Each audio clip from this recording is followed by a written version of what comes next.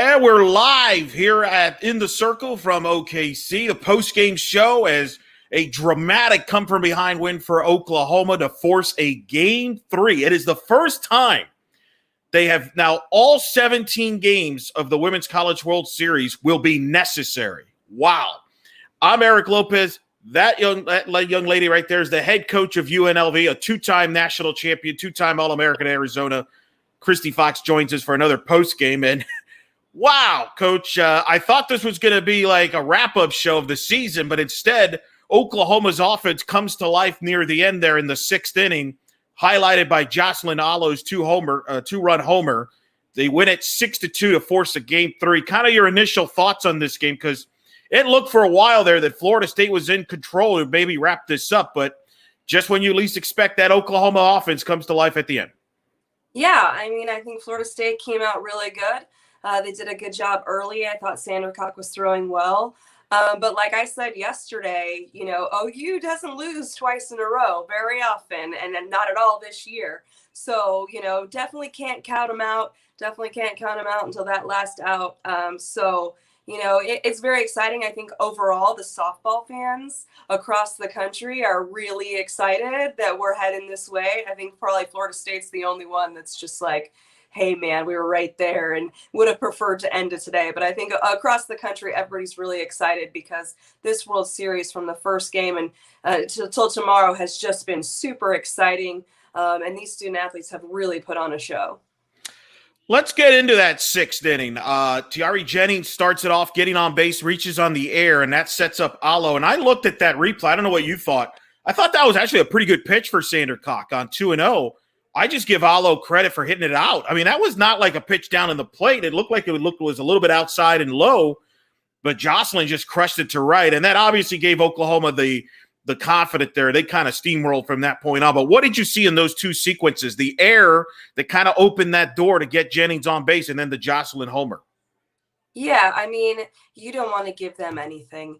And so collecting outs, it's a race to those 21 outs. And so giving them anything is not ideal. Allo has been fantastic all year long. I think she gets a home run every 5-point whatever at bats. So, she'd been we hadn't seen it in a while, so it was eventually going to come. I think that the tough part is that we've really seen OU come to life at the end of the game every year. So that third time through the lineup, they're really doing a good job. And we saw Patty Gasso talk about it earlier. She was just really frustrated that they weren't making the adjustments and swinging the bat the way they know how early. So I think it's a tough call on Florida State's part. Hey, when's the right time to make that change? When's the right time to kind of give them a different look? Because we're seeing them consistently around that third time through the lineup really start putting the ball in play hard. And yeah, Allo, she just really stayed on that pitch very well. Her timing was just perfect. I would have liked to see it a little bit more off the plate. It was a little bit too much plate, but it was definitely down and out. And she just did a great job driving it the opposite way. And that's when you saw it. You saw OU across the board, their entire just body language, the momentum shifted in a big way, and it allowed all of her teammates hitting after her to just kind of relax and just really, worry about their at bat and not feel the weight of the world on their shoulders. Yeah, I was stunned, Coach, and I don't know if you caught what Holly Rose said early. She said she talked to some of the Oklahoma players. I forget who it was, but she said that they said that it's important that they score in the first 3 innings. It's early. Otherwise, they feel they start pressing, which I was taken aback, A, by the honesty, but B, like that you would admit that. Like, with a dynamic offense like that, to admit that you kind of press if you don't score early really shocked me. I would have thought I would not have expected that hearing that from an Oklahoma player or two. Did that surprise you at all? Because I would have thought a team like Oklahoma, you wouldn't, lose patience if you didn't score the first couple innings of a game.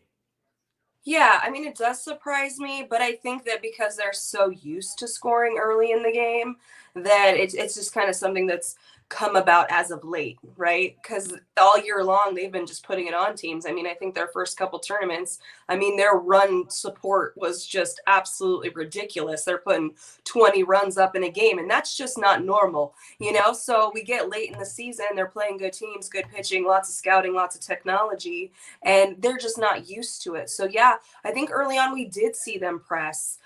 They were swinging at all pitches. I didn't really see him kind of bear down or focus on one pitch to try to take away from Sandercock. I think that they were trying to get them all. So, you know, I think that that's adjustment that they're going to have to make as they move forward into tomorrow, is just kind of early on focus on one pitch instead of just swinging at all of the pitches. And that's where they got those weak ground balls that Patty Gasso was talking about. So, you know, I think that they did a good job late. I would expect them to make some adjustments earlier on tomorrow. But you know what? They got the win, so they're feeling pretty good.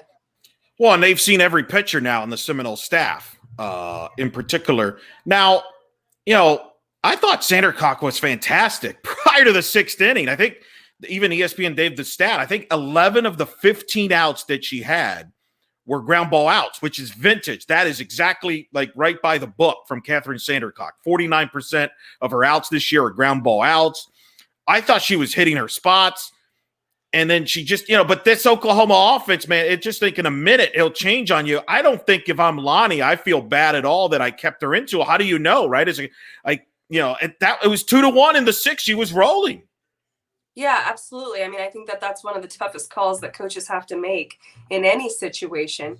I thought she looked really sharp as well. I mean, earlier in the game, the one home run she gave up to Donahue, that was obviously a miss. But she bounced back from that very, very quickly and was able to get right back to work. So, you know, I like what I saw. I was a little concerned with what I saw at the end of the last game. The previous night, I thought that they were doing a good job putting the barrel on the ball. And I thought that, you know, Lonnie had some big choices to make coming in. And I was excited. I was excited to see how they were going to attack this game and how they were going to kind of piece it together. And I think that that's the thing, is they have a staff. And when you have an offense that is this strong, you got to be prepared to make those changes and really look at matchups and, you know, be prepared to walk players that you don't necessarily want to put on base and things like that. And I think that tomorrow we're going to see a lot more of that strategy. And I think that that's awesome, is that this series has really kind of put the coaches in a position where they have to show their strategy and kind of what they're trying to do. G. Juarez gets the ball, gives up the 2-run homer in the first inning, but was dominant after that. 6 strikeouts, showed a lot of emotion towards the end of that game. What did you see from her that clicked, especially after giving up that 2-run homer? A lot of pitchers maybe get, you know, rattled after giving up a home run that early, but she did not get rattled and kept her team in the game until Oklahoma's offense came to life in the 6th. Yeah, I mean, I thought she was sharp. She did a really good job, and I love to see that energy from her. And she just kept building momentum as the game went on. I think that early on she was getting behind against the hitters, and that's kind of what hurt her in that first inning, was just getting behind in their hitters. But as she kind of started, you know, getting more comfortable, hitting her spots, and then mixing speeds, you know, that off-speed curve just to keep them off balance, just even one little snap made a huge difference throughout the rest of the game. So when we kind of saw her like lock in there, get ahead, and be able to start mixing in that off-speed curve, that's when I saw her just kind of really settle in. And then when you know your team, right? Even last night, you know, they practically run themselves out of the game. She knows that they're going to produce some kind of run support. So just to kind of keep herself focused, keep the defense ready to have her back at any moment, and then trust that they're going to do their part on the backside. I think that, you know, they've shown her and proved to her that they're going to help her offensively eventually. So that gives her a lot of confidence in the circle. People are asking me to ask you about this. Sky Chicken talked about, I don't know what Gasso told them in the locker room after the 5th inning, but it certainly, they stepped up. They showed that where Gasso, I guess, took him to the locker room, I guess, in the 5th inning. I mean, all these 42 camera angles. How many camera angles did they have when you played there? I don't remember that many angles there. I mean, I don't know. But what do you think as a coach? I mean, when you saw that, like, what are you thinking? You think Gasso's there? Why send him to the locker room? You think it's one of those, like, pep talks there? Is she trying to get him fired up and just doesn't want to show him in front of the camera? What do you think that was about? Yeah, I think it's definitely a pep talk. I think I'm not 100% sure, but I think that she's reminding them of exactly who they are. And she's reminding them of the tradition that they came from. She's reminding them of all the people that have come before. She's reminding them that they've been in this spot before, that they are the best hitters in the country, and in a way challenging them and building their confidence in the same breath. And just kind of reigniting them that, hey, it's time. You are capable of this. You guys are the best hitters in the country. I mean, they broke the single season home run record tonight, which is huge. And so I just think she was reminding them and challenging them to stay true to their identity and then be confident. There's no reason for them to not be confident. And early on, it was just they weren't. And then we saw it. Alo switched it, and the momentum shifted in a big, big way. Very fitting that Alo would be the one that hits the home run to break the record, too, and for as well as runs scored and homers. Pretty remarkable. But let me take you back to that play in the sixth that started it with Jennings reaching on the Muffley error, the shortstop, as a former shortstop yourself. What did you see there that went wrong for Muffley? Yeah, I mean, I think when you have really athletic players throughout the lineup, you tend to rush. And I think she just rushed it just a little bit, and it sailed on her. You have to. And I mean, I've made errors at the World Series. I've been in her shoes exactly. And, it's hot. The humidity it's something to be affected. It's something. I mean, then the young ladies have the pressure of this moment, right? We've had more fans in the stands than they've ever had before. And then they got the OU chant and all of those things kind of add up, and there's butterflies in your stomach and you're a little nervous, and that girl runs well. And she just came up. I think she rushed it a little bit and it slipped on her. Yeah, that's an interesting point you bring up there. I want you to expand on, do you notice when there's a big crowd as a player, like, you go, I mean, Hildebrand, when you were playing, would draw, what, a couple thousand, 3,000 when you're packed? Now you're playing at Oklahoma City back when, you're playing it's around, what, 8,000, 10,000. Now it's up to 12 to 14,000, depending on how they count it. Do players notice that? Is there a difference when you're playing maybe, say, in front of 1,000 people to, say, like 8,000 to 10,000 people? Do players, is that something they notice? I mean, I think it definitely just adds another layer to what is going on. I mean, the butterflies are intense anyways when you're in the championship series, but when you're that close, you're starting to count down the outs to the moment of being able to hold that trophy. I mean, I definitely remember being in that position and being in that moment and trying to really stay in it and stay relaxed. And it's difficult. It is very difficult. You mentioned the humidity. That's interesting because tomorrow, Game 3 is going to be at 2 o'clock Central Time. That's not a joke when it comes to humidity. I mean, that we'll talk about that fact, how that could factor into that matchup. But Oklahoma defensively, much cleaner game today. No errors, much more solid. What did you see from there? Did you sense they were more relaxed maybe than last night, where they kind of forced some issues there and pressed a little bit defensively as well? Yeah, I felt like they were more just focused on collecting outs. And I think that when G's in the circle, doing as great a job as she is doing, it helps the defense as well. It helps them relax. She got some good strikeouts. She got strikeouts in some big situations, and was just kind of able to really hold it down in the circle for them to allow them to relax a little bit. But yes, they definitely cleaned it up in a big way. I think that they kind of went back to focusing on, just making the plays that they know how and not trying to overdo it. Sometimes we get in those moments, and like I said yesterday, everyone's trying to be the one, everyone's trying to make the big play. And when you just really kind of focus on just playing the game the right way, sometimes that kind of helps you relax a little bit and just collect those outs. Kaylee Mudge is still stuck on 13 hits. No hits today for Mudge. I think that's also a factor in controlling Florida State's offense. I don't think that's a coincidence, is it? No, I don't. And I think that, she wants it, and you can kind of tell. And, finally towards a little bit later in the game, she kind of finally took her walk and was able to not force the issue. But I think that, it's exciting. She gets another opportunity. I mean, we have all of these records that we're talking about: home run record, these hits in the World Series record. There's just been so many things that have happened in this World Series that has just put our game in this amazing light. And it's been really fun to watch. And I think that the fans are just eating up all of these different storylines. course, the 2-run homer for Mason in the first inning got FSU off to a great start. They got 8, they got help there, in that first inning. There was a double play. Again, when Oklahoma was at the plate, they called out. Replay showed they were safe. So there you go. Another example, instant replay. Let's bring instant replay along. That thankfully didn't really affect the game too much. But what are you seeing from Mason? Because she has had a great World Series for FSU. It could be a big she's going to be a key into tomorrow if they're going to try to win this game as we go into tomorrow. Yeah, I mean, she's making great contact. She's swinging at really good pitches. Obviously she had the home run in the first. And then her last at bat, she hit an absolute shot. And I think the left fielder Donahue made a great play. Oh, yeah. So she's really locked in. She's swinging at good pitches. I think that, that's going to be the key moving forward, is just really focusing on picking one. When hitters tend to get in trouble, it's because they get stuck on looking at all different kinds of pitches, and they're swinging at all different kinds of pitches, especially early in the count. Whereas I think that I want to see a little bit more tomorrow. Hey, especially if they come back with G, I know they got Sale that's pretty fresh. Who knows? But, whatever their best pitch is, maybe we're going to cheat to it a little bit. That's the one we're going to take away. This is the pitch we're going to be very aggressive on, and then we'll go to choke and poke once we get to 2 strikes. I think that's kind of what I've seen from Mason, is she's really picking one and then attacking it when it comes. Now, here's my question for you. Do you think that the home run was a hit and run, or do you think she was just getting loose 3-1?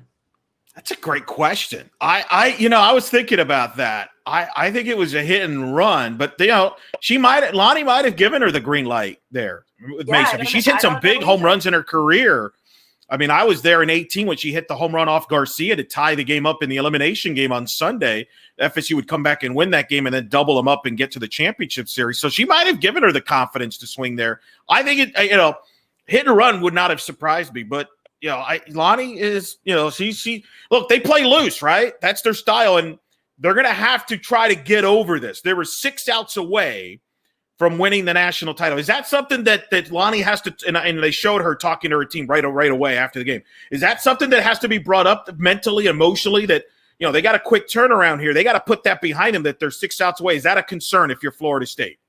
Yeah, I think it's definitely deflating. And you saw OU just kind of rise up and pass the bat and get into this great mindset. So now, yes, it's definitely something that they need to put behind them and leave at the ballpark and go home and rest and be ready to go tomorrow. And I think that, Florida State and OU, they've both gotten to this point because they're capable of doing that. Their coaches do a really good job of breeding confidence in their players. So whatever was said in there is going to definitely be something positive that's going to get this team's mindset ready to go to war tomorrow, because that's what it is. It's war tomorrow, and I'm excited to see it. So the question that we're getting asked about, and it's going to be asked about probably in the press conference, it's going to get asked between now and first pitches, who does throw the first pitch for both teams? Based on what you've seen, who do you think should throw the first and start for both Florida State and Oklahoma? Because I think that's the fascinating part about this, right? Like, they've all thrown. I found it interesting that Lonnie went to her youngster there, Wilson, at the end, did not throw Watson today. Just did not throw Watson, which I thought was interesting. Started Sandercock, brought Arnold in relief. Arnold got, very interesting. And then Oklahoma, obviously, Juarez goes the distance. Sale and May pitched in game 1. So everybody has seen the top 3 anyway. Yeah. I'm fascinated here. Where do you go if you're game 1? Like, we'll start with Oklahoma. Do you stick with Juarez, who clearly has been their best pitcher in the World Series here? I would be stunned if it's Nicole May based on how they hit her in game 1. They could go with Sale to start and maybe bring Juarez. That would be the options I guess I could think of from Oklahoma, unless I'm missing something there. Yeah, to me, it's either they're going to come right back with G, or they're going to try to get some innings with Sale early and then have G ready to go right away. And I think that I'm right along with everybody else trying to figure out what they're going to do here. It's been surprising, and that's kind of one of the things about this World Series is that these coaches have a staff, and they're going to be looking over this video very carefully and trying to decide. And then they know these players more than anybody. and maybe OU fans right here, they're going to know as well, is like, is G good? Is she able to bounce back in about 12 hours? I mean, we got a short turnaround right now before they're coming back out to get warm and get ready to go for this. So, is she good to go right off the bat? Or do they need to get 6 outs early and just kind of try to, keep Florida State off balance so that G can be sharp right for the last 5? And who knows what's going to happen? You know what I mean? So that's going to be an interesting call tomorrow. I definitely think G's kind of been the superstar as of late and just done a really good job. Like I said, that lefty movement, moving away, mixing speeds. Obviously, other than the one pitch where she missed, and it was because she was behind in a count, and who knows, maybe it was a hit and run. Other than that, she did a really good job of keeping Florida State off balance. Maybe I'm old school here, but you got to go with G, don't you? Like, it's a senior, right? Like, I guess so. She's got the magic. She's got something going on in there that we don't know. Well, her and Rocha. I mean, I get it. It's just, I mean, she was just electrifying. And even if she's not 100%, first of all, I think she wants the ball. I mean, it's probably her last start, I believe. I think she's like one of those seniors that's it. And with that offense, she doesn't have to be perfect.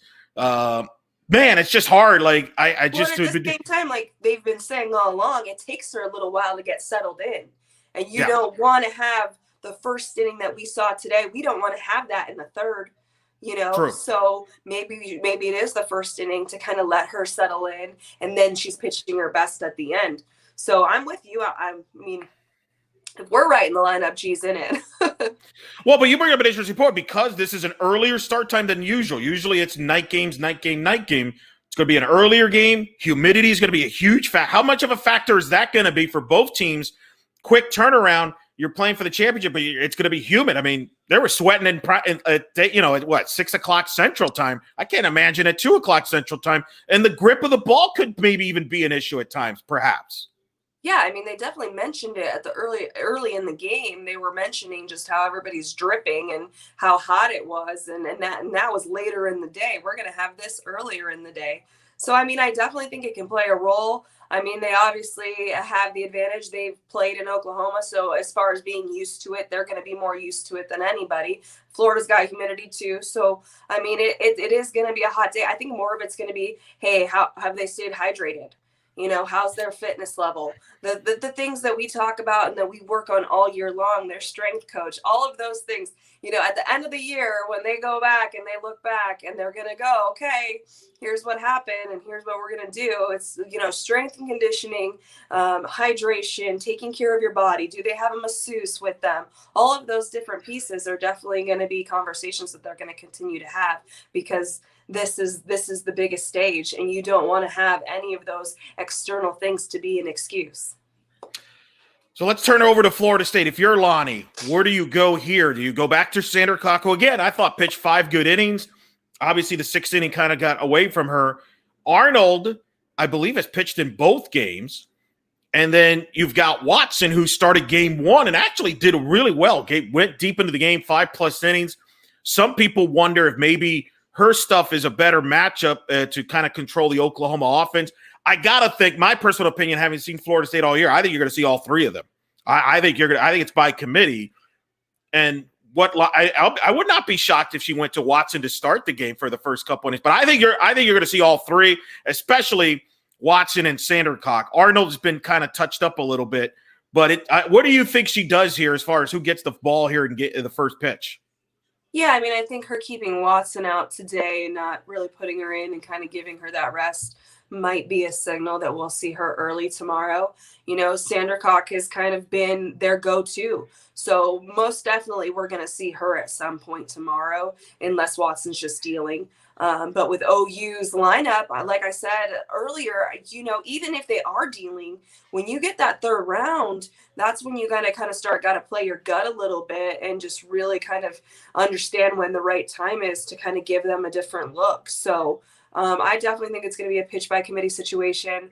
Based on what I saw, maybe Watson to start with Sandercock ready to go right off the bat. I thought both of them did a good job. But that's when you're facing a lineup like that, you got to keep mixing things up, and you can't have the same sequence too many times in a row because they're going to jump all over that. Let me throw this scenario by you, because I'm trying to think like Lonnie. I've known Lonnie for a little bit. I follow Lonnie, obviously, closely, being in the state of Florida. I know with her tendencies. Could you see a scenario where she uses all three pitchers and just against the Oklahoma lineup one time in the order? In other words, whoever she starts, whether it be Watson, Center, whoever, she starts her, but only lets them go one time through the order and then makes the go by committee. Kind of like we've seen this in baseball where you go by committee, basically, the Johnny Ho staff, the midweek starter in baseball, if you will. Could we see this now in a game 3, potentially, especially on the Florida State side, maybe even Oklahoma? I mean, they're not shy to using all three pitchers either. Could we see a game 3 here where both coaches go by matchups and we see all 6 of them at some point? Maybe. I will say, though, with it being the game 3, you want to lose with your best out there. You know what I mean? Like, you want to put the ball in the hands of the person that's gotten you to this point, the person that's kind of held the team up. And sometimes you got to put them in those situations and ride it. So, yes, I could see it. I personally would have a hard time doing it. I think you put your best foot forward and you go to war, and we see what happens. So I would be surprised if we saw all 3. I definitely can see some pairs that we'll see, maybe, half and half. I would be surprised if it was a switch every couple innings, because this is it. You know what I mean? This is the end. This is to hold the trophy, and everything that you've been working for. So for me, I definitely think you need to put the ball in the hand of the person that's, who you have, 1, the most confidence in, and 2, has the most confidence in themselves. No, I agree. I just am curious how Lonnie in particular gets this Oklahoma offense. How do you handle it, having seen all 3? And I agree with you. I'm not a fan of it. I mean, the perfect example is what Kevin Cash and the Tampa Bay Rays in the World Series. They pulled Blake Snell early with the lead in Game 6, and it unraveled. And people are still second-guessing about that. So there is something to be said that if you pull a pitcher too early and it unravels, it comes back to haunt you. It's that fine line. When is it too early? When is it too late? But to your point, go out with your best. And, a lot of criticism of the Kevin Cash thing is that you didn't leave your best pitcher in there, to your point. And you still believe that in softball, that still matters, to bring in your best. I mean, we had Ashley Waters on in our pregame show. She still thinks that Montana Foul should have started the Sunday game, instead of Kilford, because of that mentality. You could speak to that. I mean, you played in that era where Taryn Mowat, there was no question she was going to get the ball. There was never a question of how many pitches she threw back then. Now everybody remembers how many pitches she threw. But I don't think any of you, did anybody in that dugout question her? Wow, she looks tired or anything, as she was throwing every game back then. Like now we kind of scrutinize it more. I mean, there was no questioning the fact that she was going to do it. I mean, we knew she was tired. We knew she was exhausted, and we just kind of tried to hold her up as much as we could. And I agree. I would have liked to see Fouts come right back and pitch right away. I think that momentum is just so huge in this tournament. As the coaches have said, they wanted to expand because that's why. It's just, once you get the ball rolling, you're playing so often and such quick turnarounds and things like that. Once the momentum gets going, it's really hard to stop. And I think we've seen that, right? Both of these teams lost the first game, and then they just kind of hit the ground running, and were able to just roll with it and roll through some teams that were playing very, very well. So, I definitely think that this is the time where you got to put your best foot forward, and you put that pitcher on the mound that has just really done a good job all year long. I know that these teams both kind of are pitch by committee, but, we know there's a 1 in that staff. And so, I want to see the 1 go against the 1 and them go to war. Vic, who is leaving the stadium right now, he'll be joining us later from the hotel, is saying the temperature for tomorrow at first pitch is expected to be 89 degrees with feeling like 103 on the field. Holy mackerel. Discuss that. I just read you that. What does that mean from a player standpoint? How do you prepare for that? I got to think conditioning. You got to make sure you're hydrated during the game. I mean, how much from a player standpoint does that affect you now as you get ready for the biggest game of your life? Yeah, I mean, I think that needs to be a focus this evening. All of the players need to be getting hydrated this evening, whether it's ice baths and things like that. The preparation is the night before, so making sure they're eating right, getting lots of water, getting ready to go. It's not just the heat; it's the combination of everything. It's the combination of the pressure of this being the last game of the year, no matter what happens. It's the pressure of all of the fans in the stands playing on the biggest stage, playing on TV. I know that we've gotten to the point where they play on TV quite a bit, but I mean, I think that the viewership has just proven that this is kind of reaching distances that we've never seen before. So I think it's a combination. It's the heat, it's the fans, it's the moment, it's the pressure that you put on yourself, it's the what you want to do to help your team win, all of that. And I think that, I remember sleeping and trying to go to sleep the night before a game just like this. And it was hard. It was hard to shut my eyes, and it was hard to turn my brain off. And that's what these coaches are going to be trying to do tonight, is really keep these ladies in the moment and help them relax and get some good rest, because they're going to need it for tomorrow. So give me more story about that. You going before a game 3, and I'll tell the audiences, I told you this off the air before we went on. You were part of the most watched college softball game of all time. Game 3, 2007, Tennessee and Arizona, 2.33 million viewers. That is still the number 1 most watched college softball game of all time, even 14 years later. That was my first Women's College World Series. I've told you that. It's the first one I ever watched. I think years later makes me feel so old. Hey. I'm so far gone, I almost don't make the graphics anymore unless it's a really special thing that we did. The graphics, they're now was not as up to date back then as they are now. I feel like you would have had a lot of stuff there. But take me through that, because that series was, you're facing Monica Abbott. You had just come out of the losers bracket yourself. You dropped the game to Tennessee earlier in the tournament. You had a double dip Washington in 2007. You lose, I believe, the first game to Monica Abbott. She shuts you out. Big shock. She shuts people out. Then game 2, it's maybe one of the more underrated games in the history of the sport. 10 innings, Moet, Abbott, dueling it, 0-0. Going at it, you pull it out to win it, but now you got to come back the next night and play. Take me through that, because you played a 10-inning battle where it was season over if you didn't pull it out, and you're trying to get a run off Monica Abbott, and here's this pitcher's duel developing, one of the best of all time in the history of the series, between Moet and Abbott. Yeah, I think very similar to what both of these teams are going through. You're exhausted. You're absolutely exhausted. You came through the losers bracket. You fought all the way. We were on the end where we gained that momentum in that second game.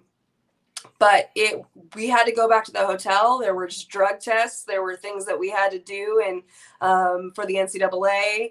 And then, I remember I just took a really long shower trying to turn my brain off, because I was replaying everything that had happened the past 2 days. All of my at-bats against Monica in game 1, all of my at-bats in game 2, because there was no question who we were going to be facing in game 3. So the toughest part was being able to calm my mind enough to actually get the rest that I needed to bounce back and be ready to go the next day. And that's just me. And I think that's, I had that coaching mind, like we talked about earlier. Is like, I didn't know I was going to be a coach, but my mind was always working in that way anyways. And for me to turn it off, I was doing strategies in my mind for that game 3, and I wasn't even the coach. It's just kind of where my mind went. So being able to really focus and enjoy the moment, be in the moment, don't let the moment be a pressure-filled moment. Make it be, you've worked really, really hard to get here. You've done everything, trust in the preparation. Really, that's what it's about. They need to trust in their preparation and just kind of relax tonight so that they can go tomorrow. Yeah, and then for people that don't know, that was a great game. I wish they would have aired it last summer. Like, I remember that, because there was a lot of, it's funny. The more things change, the more they stay the same. There was no replay even back then as well. There was a lot of heated debate about the home plate. Danielle Rodriguez scored, got the hand in the edge of the plate. Shannon Dupking disagreed. She applied the tag in the 10th. It was just kind of a crazy game that took a long time. And then and you kind of felt you're kind of in the boat of you probably felt a lot of pressure because you were the defending national champions, weren't you? You kind of felt the pressure. Did you feel that pressure? You're trying to defend the title here. You're trying to go back to back. Yeah, we were the #1 seed going into that tournament, which, all of these things have just become way more important to me as a coach. And like I told you privately before we even started talking about this stuff, like when we won the Pac-10 and things like that, we didn't even talk about it. It wasn't even a thing. There was no ring ceremony. I mean, we got rings, but it wasn't a ring ceremony. So like so much has changed, right? People are really embracing winning their conference, winning the regionals. We didn't even think about it until so I didn't even know we were the #1 seed until I'm seeing the stats on the TV right now of how many teams in the 1 seed actually won.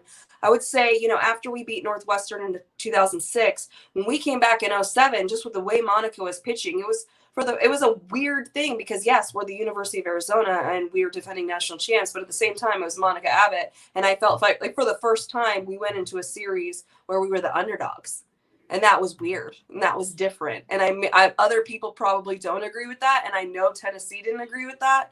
But for us, it was one of those situations where, we were definitely the underdogs in that situation, trying to prove people wrong that we were the best team. So it was kind of different. And you got to Abbott in that game. You won it 5-0. It was the 4th time you faced her in 6 days. I mean, I don't think we'll ever see that again in softball, where you see a pitcher 4 times in 6 days at the World Series. That's crazy. And by the way, back then the championship series was on ESPN2, and you still drew that big of a number. That was pretty good there. So now, as you mention it, put your hat on both coaching staffs tonight. What do you think both coaching staffs are thinking tonight with a quicker turnaround? It's not going to be a primetime game tomorrow. It's going to be an early afternoon game, so less hours here. What do you think both coaches' staffs are thinking right now tonight as far as what they're going to tell their team and what they need to adapt for tomorrow? Yeah, I think as coaches, our job is to make it as status quo as possible. We're going to make this a regular night. We're going to stay focused. We're going to stick with our routine. We're going to stick with our preparation and not make this moment bigger than it already is, right? They already know this is a huge moment. So how can we minimize it being different? So it's going to be I think they're going to be really focused on kind of sticking with the routine of what they do post-game to get prepared for the next day. I think that, like you said, now they've both seen all the pitchers. So I think that they can definitely talk about a plan for every single pitcher. And like I said, OU, they really need to choose a pitch. They're that good of a hitting team that they need to focus on choosing a pitch on each of those pitchers that they're going to attack early in the count. And same thing with Florida State. I think that, Florida State, they offensively, they really got to get to G, and I think that that's who they're going to see a majority of the time tomorrow. So they did it early. I think they're going to watch video and see what adjustments they need to make and go from there.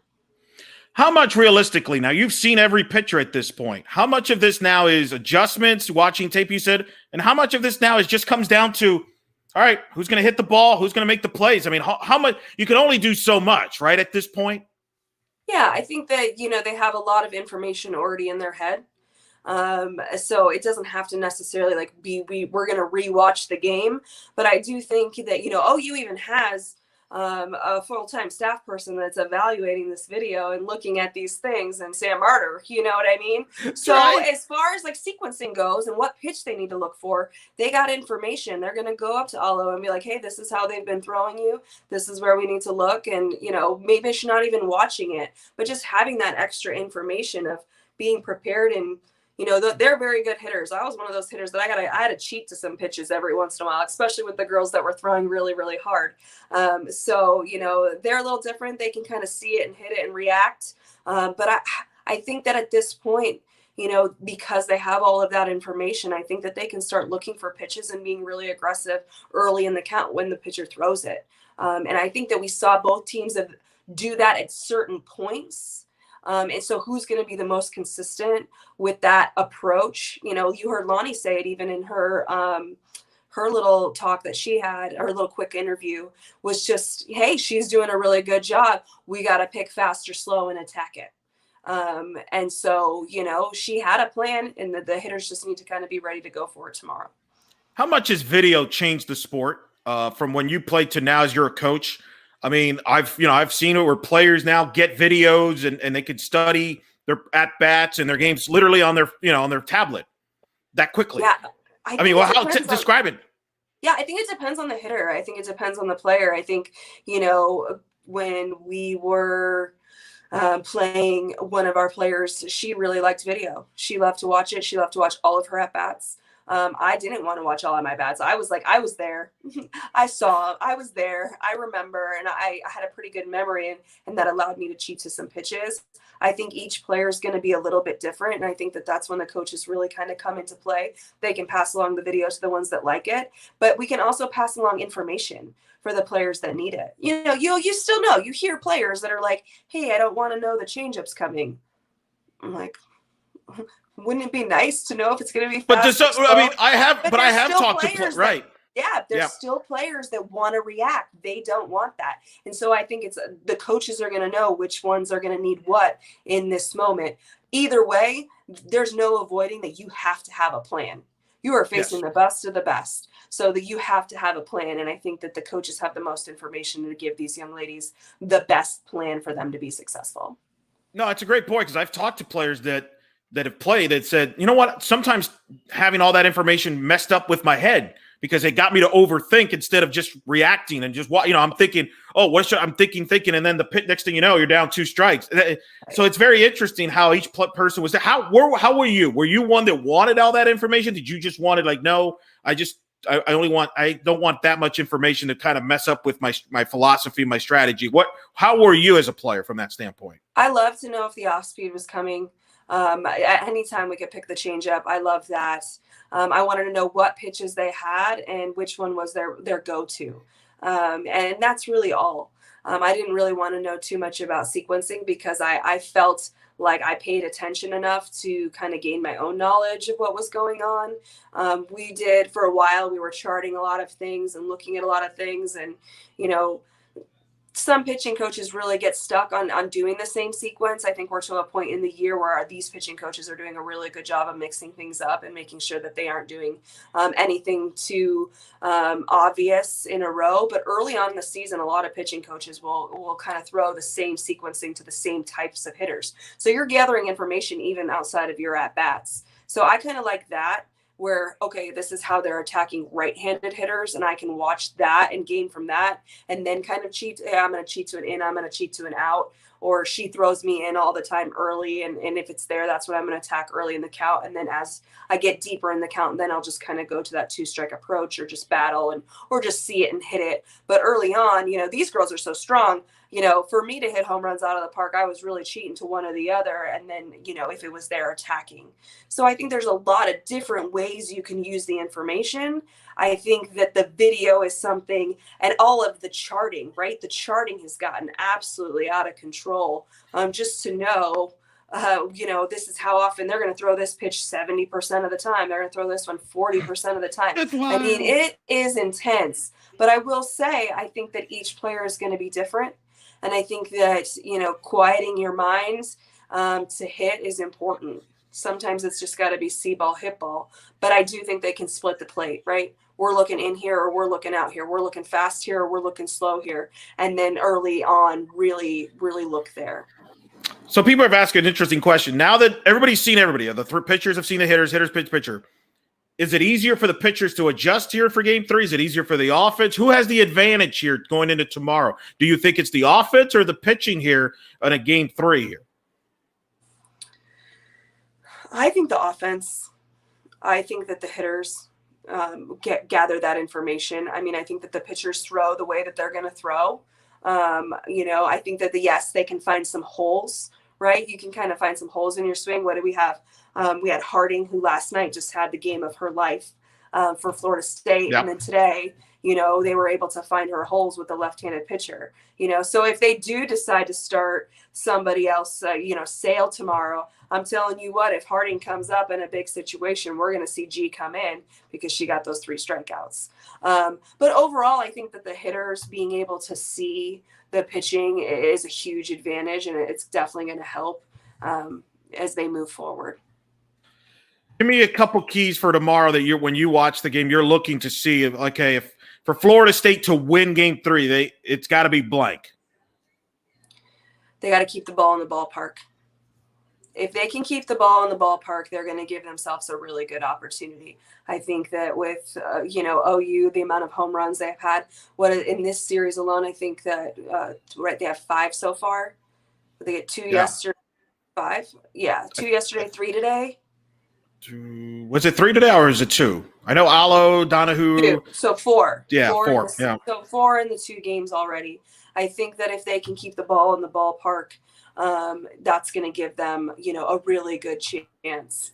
And then for OU, I think offensively, if they can get something going early, they're going to build off of that. And that's going to be momentum, and their confidence is going to put them in a really good situation just to kind of keep steam rolling. Who's a key player that you're going to keep your eye on that could be an unsung hero player that steps up and is the difference maker in here? Donahue has made a difference, obviously. Obviously, we've talked about Muffy. I mean, we've talked about a lot of different players. Who are some of the players that you stand out that you're going to keep your eye on? Like, hey, don't be surprised if this player is the player of the game and helps their team win the national title. Yeah, I think the top of the lineup for Florida State, I think Mudge, and I think Cheryl. Cheryl's a really great hitter, and I don't think we've really even seen the tip of the iceberg of what she's capable of. So the top of the lineup for Florida State, definitely going to keep my eye on there. And Allo, I mean, she's definitely kind of someone that everybody is looking to kind of set the tone and kind of choose, hey, how's this game going to go? Even today you saw, once she decided or, once she got that hit, everybody was bought in, everybody was able to go from there, and everybody was able to relax. So if Allo can get some, just a really, she hit that one, both pitchers, we haven't even talked about this, both of them wore it in the shin. And I'm going to tell you what, that hurts. That hurts really bad. And they both took it like champs, and just kept on going. And I want to tip my hat because I know both of those girls with getting those balls in the shin, that was real. That was painful. And for them to stick it out and not even look phased, like that's some tough stuff right there. But yeah, so, Allo gets it going early, squares something up. I think it's going to give the rest of our team a lot of confidence. And, you never know. Patty might kind of change up her strategy and really try to scratch one across early on. I thought she might do that today when she got those 2 runs in, the 2 runners on. Maybe, hey, we're going to butt and then we're going to do something to get that run early and kind of take the pressure off my team. She might do that tomorrow, especially kind of knowing where their mindset is at, that they need those runs early. So I wouldn't be surprised if we see something like that early on tomorrow. Fabric and a couple other people have brought this up. Do you believe that it's critical for Florida State to score early and play from ahead, as opposed to if Oklahoma gets ahead early, it could be a challenge for Florida State to come back from behind against an OU staff that might be confident with the lead, and OU's offense, once they get a lead early, maybe they can start kind of have that confidence. Do you buy that? It's more important for FSU to score early? I mean, definitely.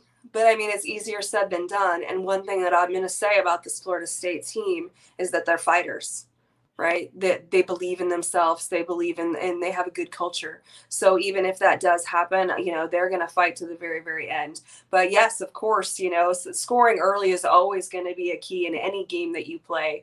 And it's definitely like, OU has said, they've even admitted it, when they get behind, they start to press, and that's going to help Florida State's pitching if Oklahoma starts to press early on. So of course that's definitely a key. I think it's easier said than done. And I will say, Florida State, both of these teams, it's not going to be over until the fat lady sings.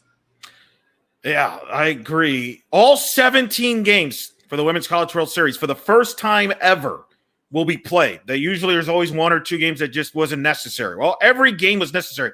When I give you that, when I tell you that, what goes to your mind? The fact that for the first time ever in a Women's College World Series, every game had to be played that was necessary. I just think it speaks to the competition.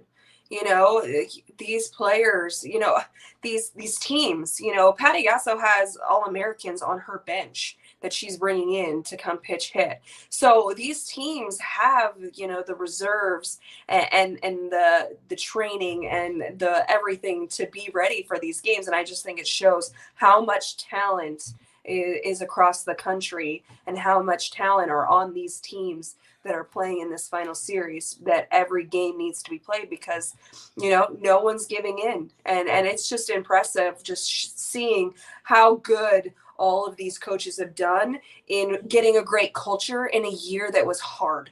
It was really hard. I think you see a lot of coaches retiring because this COVID year, it was tough. And so, some of these teams didn't even get to start training. West Coast teams especially, they didn't get to start training with their teams until late October, January. And so you're building something and you're trying to build family and culture and all of these things in a very short amount of time. So I just think it's so impressive with just how hard all of these teams have worked, how well these coaches have done to prepare their teams for this moment, and just, the amount of talent on these different teams. No question about it. Tomorrow will be game 3. We'll see. I have a feeling tonight will be a lot of people watch. Last night, 1.86 million viewers watched it. It's the most watched softball game since 2015. It crushed head-to-head the National Hockey League playoffs, Coach. A little sensitive because it went head-to-head with the Golden Knights playoff game, hockey game. That drew a 1.1 million, but softball beat it head-to-head. Yeah, I'm really happy. I'm proud. I'm really proud. I think that the storylines, I think that the product, I think that, I think softball's unique in that these players can create relationships, and they're really great role models for young ladies and people across the country. And they really do a good job of engaging with their fans. You see these teams that have gone home, and they're going home and they didn't win, and they're going home to parades and everybody waiting. And I just think that's amazing. And I'm just so proud of how far our sport has come. And it's really because of the people. It's all the people that are putting the time and the effort in to really reach out to their communities and create the relationships to continue to get this to grow. So, it's so impressive. Yes, the Golden Knights, I know. And I even got tweets today like, hey, it's post your Golden Knights picture. And I'm like, no, I'm an analyst tonight for softball. That's where my head's at. Yeah. Well, what's crazy, I don't know if we mentioned your series against Tennessee is among the most watched ever in the history of softball. That year, that series beat the Stanley Cup final ratings. Wow. Beat it. I don't know. Yeah, so you didn't know that. See, I warned you. I'm a TV geek when it comes to this stuff. Yeah. But it beat the Stanley Cup final that year. That's when a lot of people, I think that was the beginning. That year, and I've talked to you, and I've talked to a lot of people involved in that series on both sides. That series, you all paved way for really the beginning of the growth of the sport here.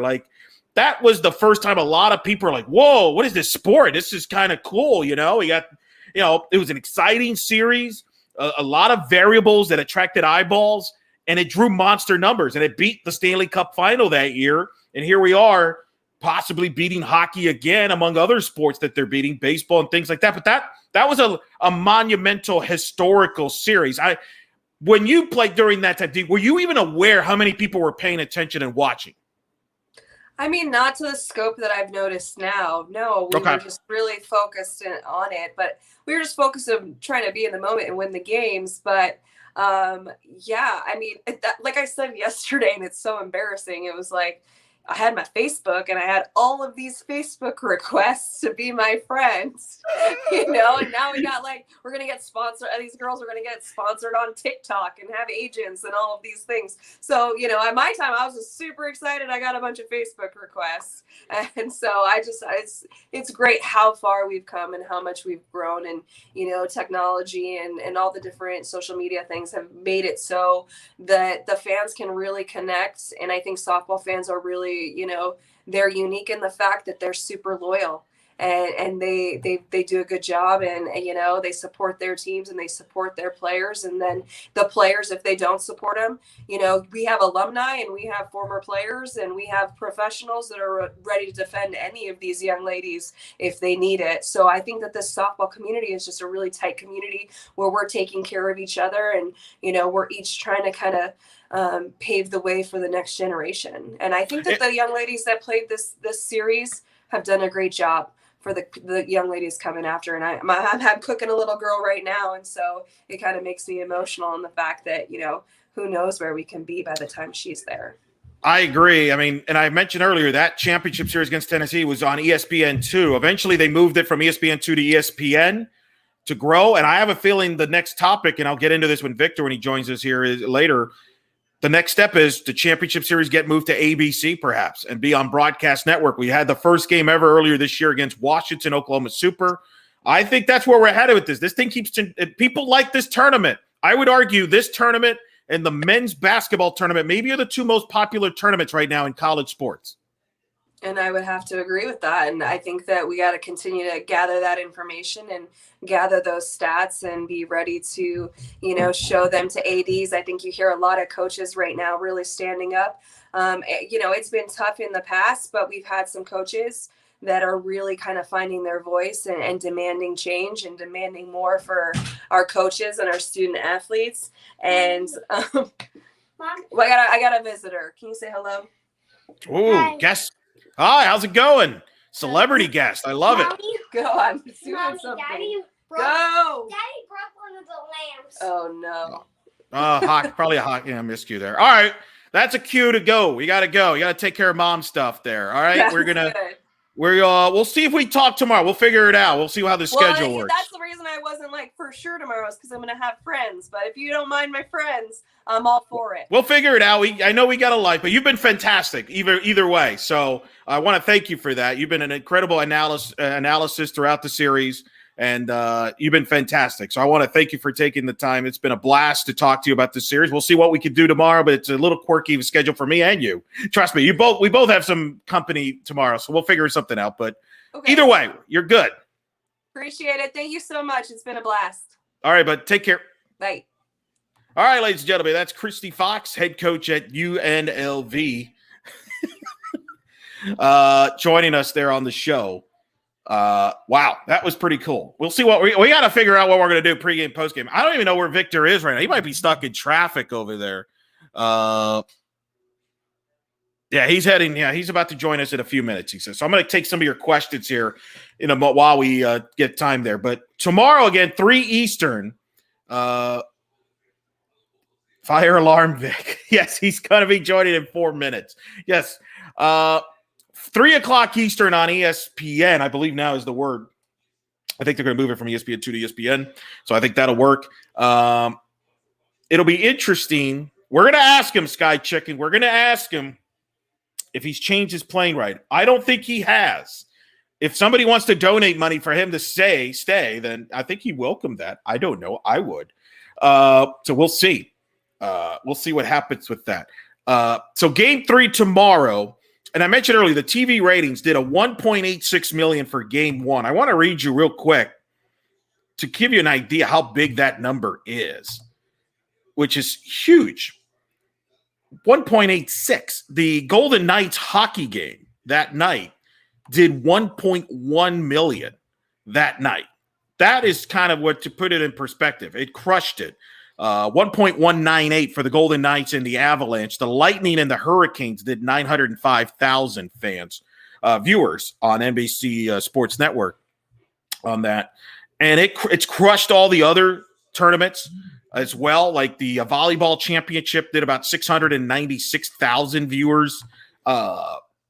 It was a monster game rating-wise. And I think softball has separated themselves. And my argument that I've made, and I will continue to make, I think softball to get lumped in is really a joke that it's lumped in with volleyball and soccer and all these other sports. I think it's its own brand. Sally Jenkins, I don't know if some of you have a chance, read Sally Jenkins on the Washington Post wrote about how the NCAA they felt like screwed softball by not allowing, a sport like softball to kind of see what the TV market is, kind of like they do with basketball. And, for example, basketball's on CBS and on Turner. Whereas what they've done is they've lumped softball, baseball, and all the other sports together as one package. And ESPN has all of that. And Sally's argument is that softball should be, should just kind of as their own property, have it from that standpoint. So we'll see. So I think that's something to monitor. I don't know. I mean, ESPN's been very good to the sport. So I don't know if I necessarily want that to happen. All right, we got a question. Fang Nai's who's your most outstanding player for the Oklahoma FSU if they win tomorrow? Well, I would say it's tricky, right? Because I want to see who does well tomorrow. But if we're going to go up to this point, if G. Juarez pitches tomorrow and pitches like she did tonight, they win. I would go G. Juarez, believe it or not, because I think she's been that good. I think Donahue can make a case as a spark plug. I think for Florida State, I think for them to win, if Mudge has a big game tomorrow, I would pick her. But that's going to be very interesting. Sky softball is growing, and with ABC, it's going to be exponential like a nuclear bomb. I agree with you. To me, that's the next step. To me, the next step is that championship should be on ABC. And I think it will happen. And it's going to be interesting because the next couple of years, you're going to have the Stanley Cup final. The rights will be on ABC as well as on ESPN. And then the NBA obviously will still be on ABC and ESPN. So it's going to be interesting how the scheduling works around all that. And I think that's going to be fascinating from that standpoint. Do they slide the World Series sometimes to the ABC slot?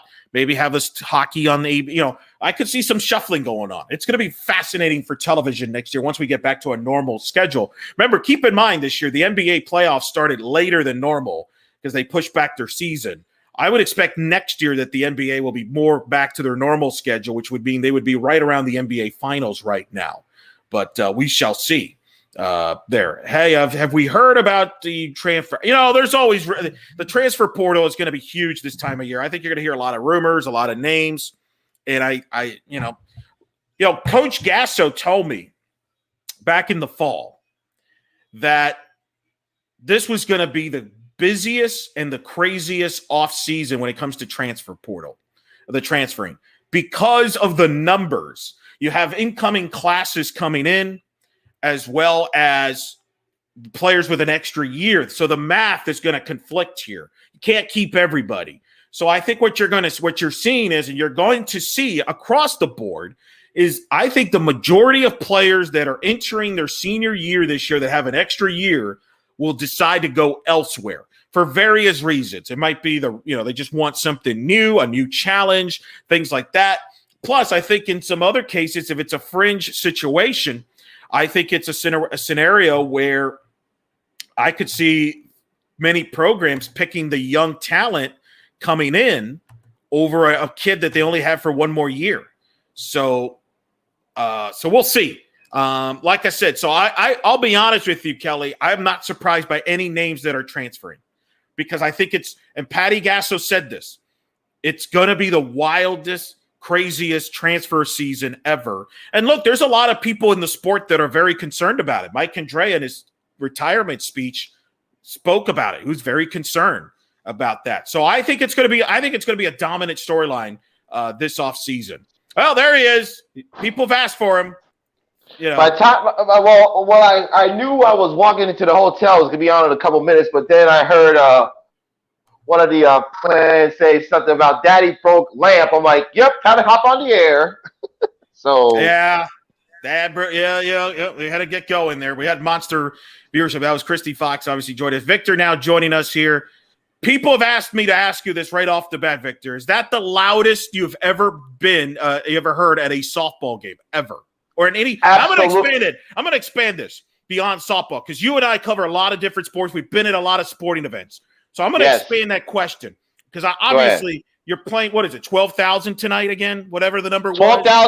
12,113, just short of the attendance record set last night. What happened to the few? Wait a minute. How did they not break the record again? What happened to the other people? They just decided not to, all right, whatever. Anyway. I don't ask questions. I just read what the people give me. I've always been skeptical of people that count these attendance. Like, to me, again, I'm watching on TV. There's not an empty seat in the house. I can't tell the difference. That has to be at least 13,000. At least 13,000. I think so. So I think it's clearly that's the loudest probably ever for a softball game. My question to you, is it the loud? Where do you rank that as far as sporting events? I mean, because it looked on TV, it was electric. How was it in person?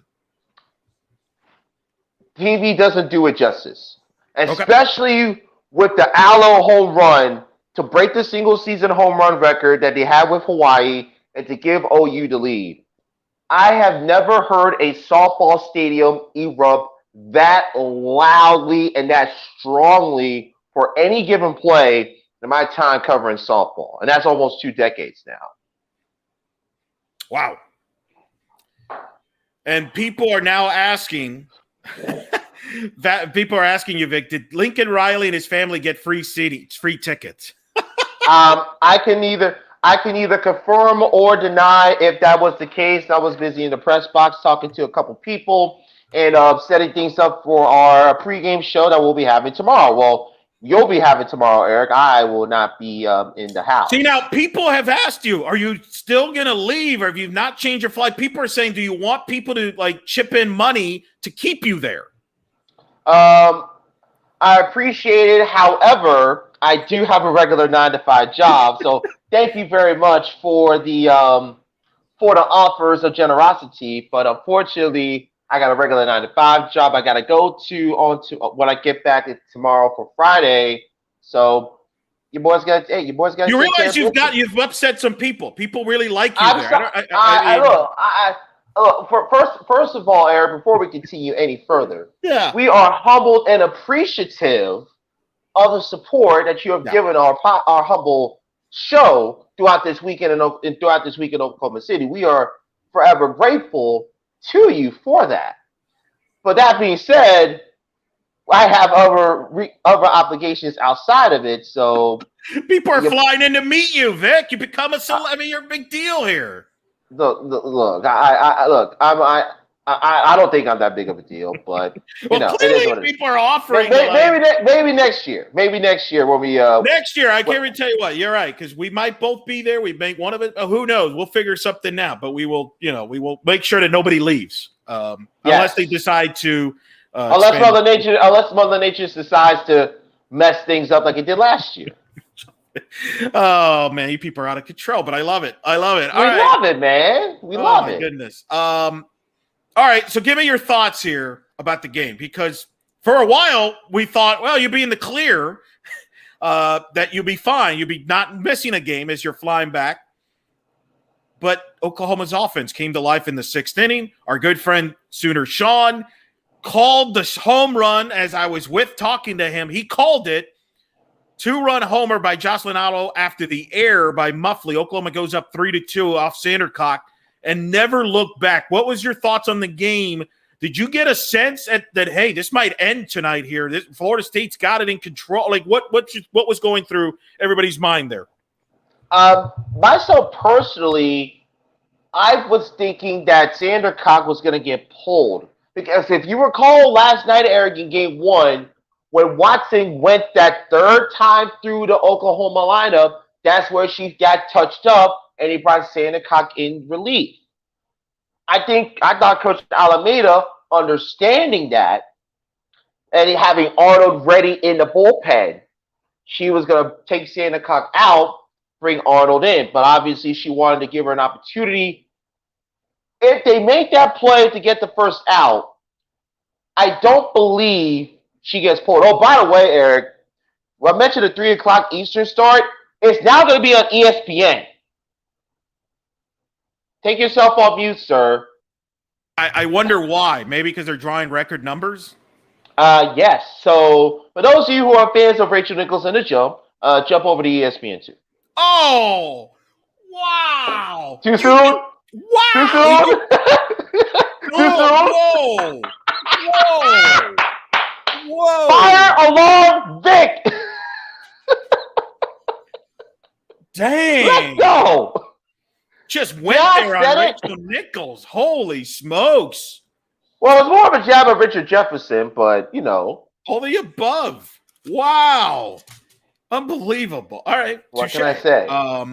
Look, that will help the numbers. It will definitely help the numbers. It will definitely help the numbers. Yeah. I agree with you, Kelly. I love Rachel. I'm shocked that he went there. We love Rachel, but we are a softball podcast. In fairness, though, in Victor's defense, how much time do you need to break down the net scrimmage against the Bucks, right? I mean, that's a whole other story. Exactly. Oh, by the way, Eric, before we continue, yes. I got some good news to report for you for our pregame show tomorrow. We have a guest lined up, Jenna Becerra from Believe in Softball. She will be joining us joining you on the pregame show tomorrow afternoon. And note the start time. Pregame show will start at 1 p.m. Eastern. That's 12 p.m. Central Time tomorrow on our YouTube page. Jenna Becerra from Believe in Softball will be joining us on our pregame show, 12 p.m. Central, 1 p.m. Eastern, tomorrow right here on our YouTube page. So govern ourselves accordingly. Kelly said, let's not talk about the Nets. Okay, we won't talk about the Nets. Wow.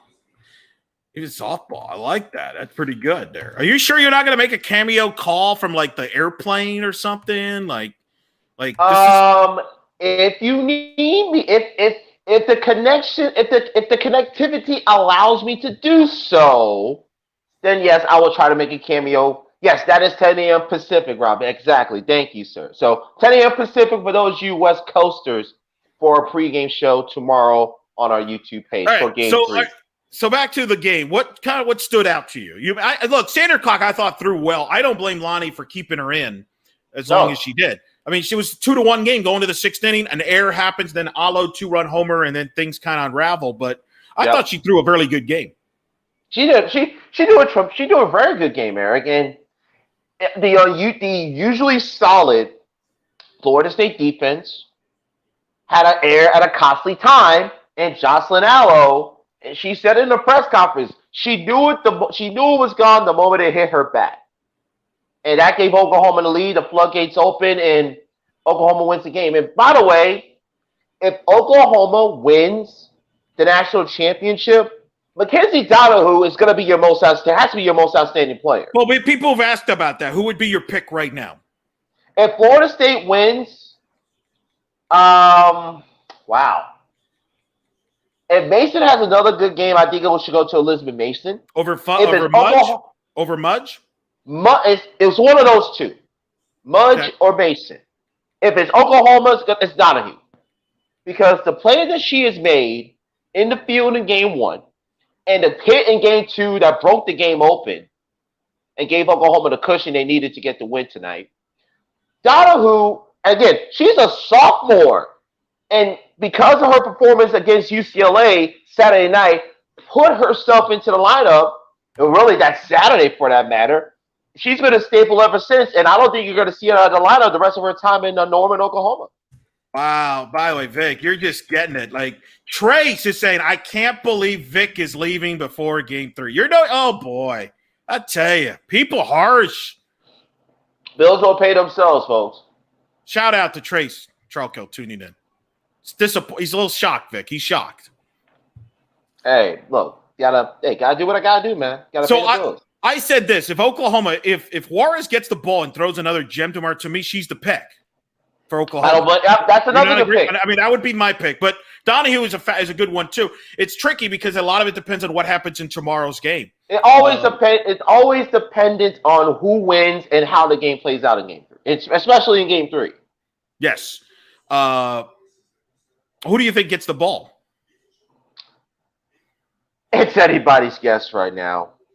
Yeah, that's why we're asking. That's why we're asking. I thought Sandercock would get the ball in game 2. She went Watson.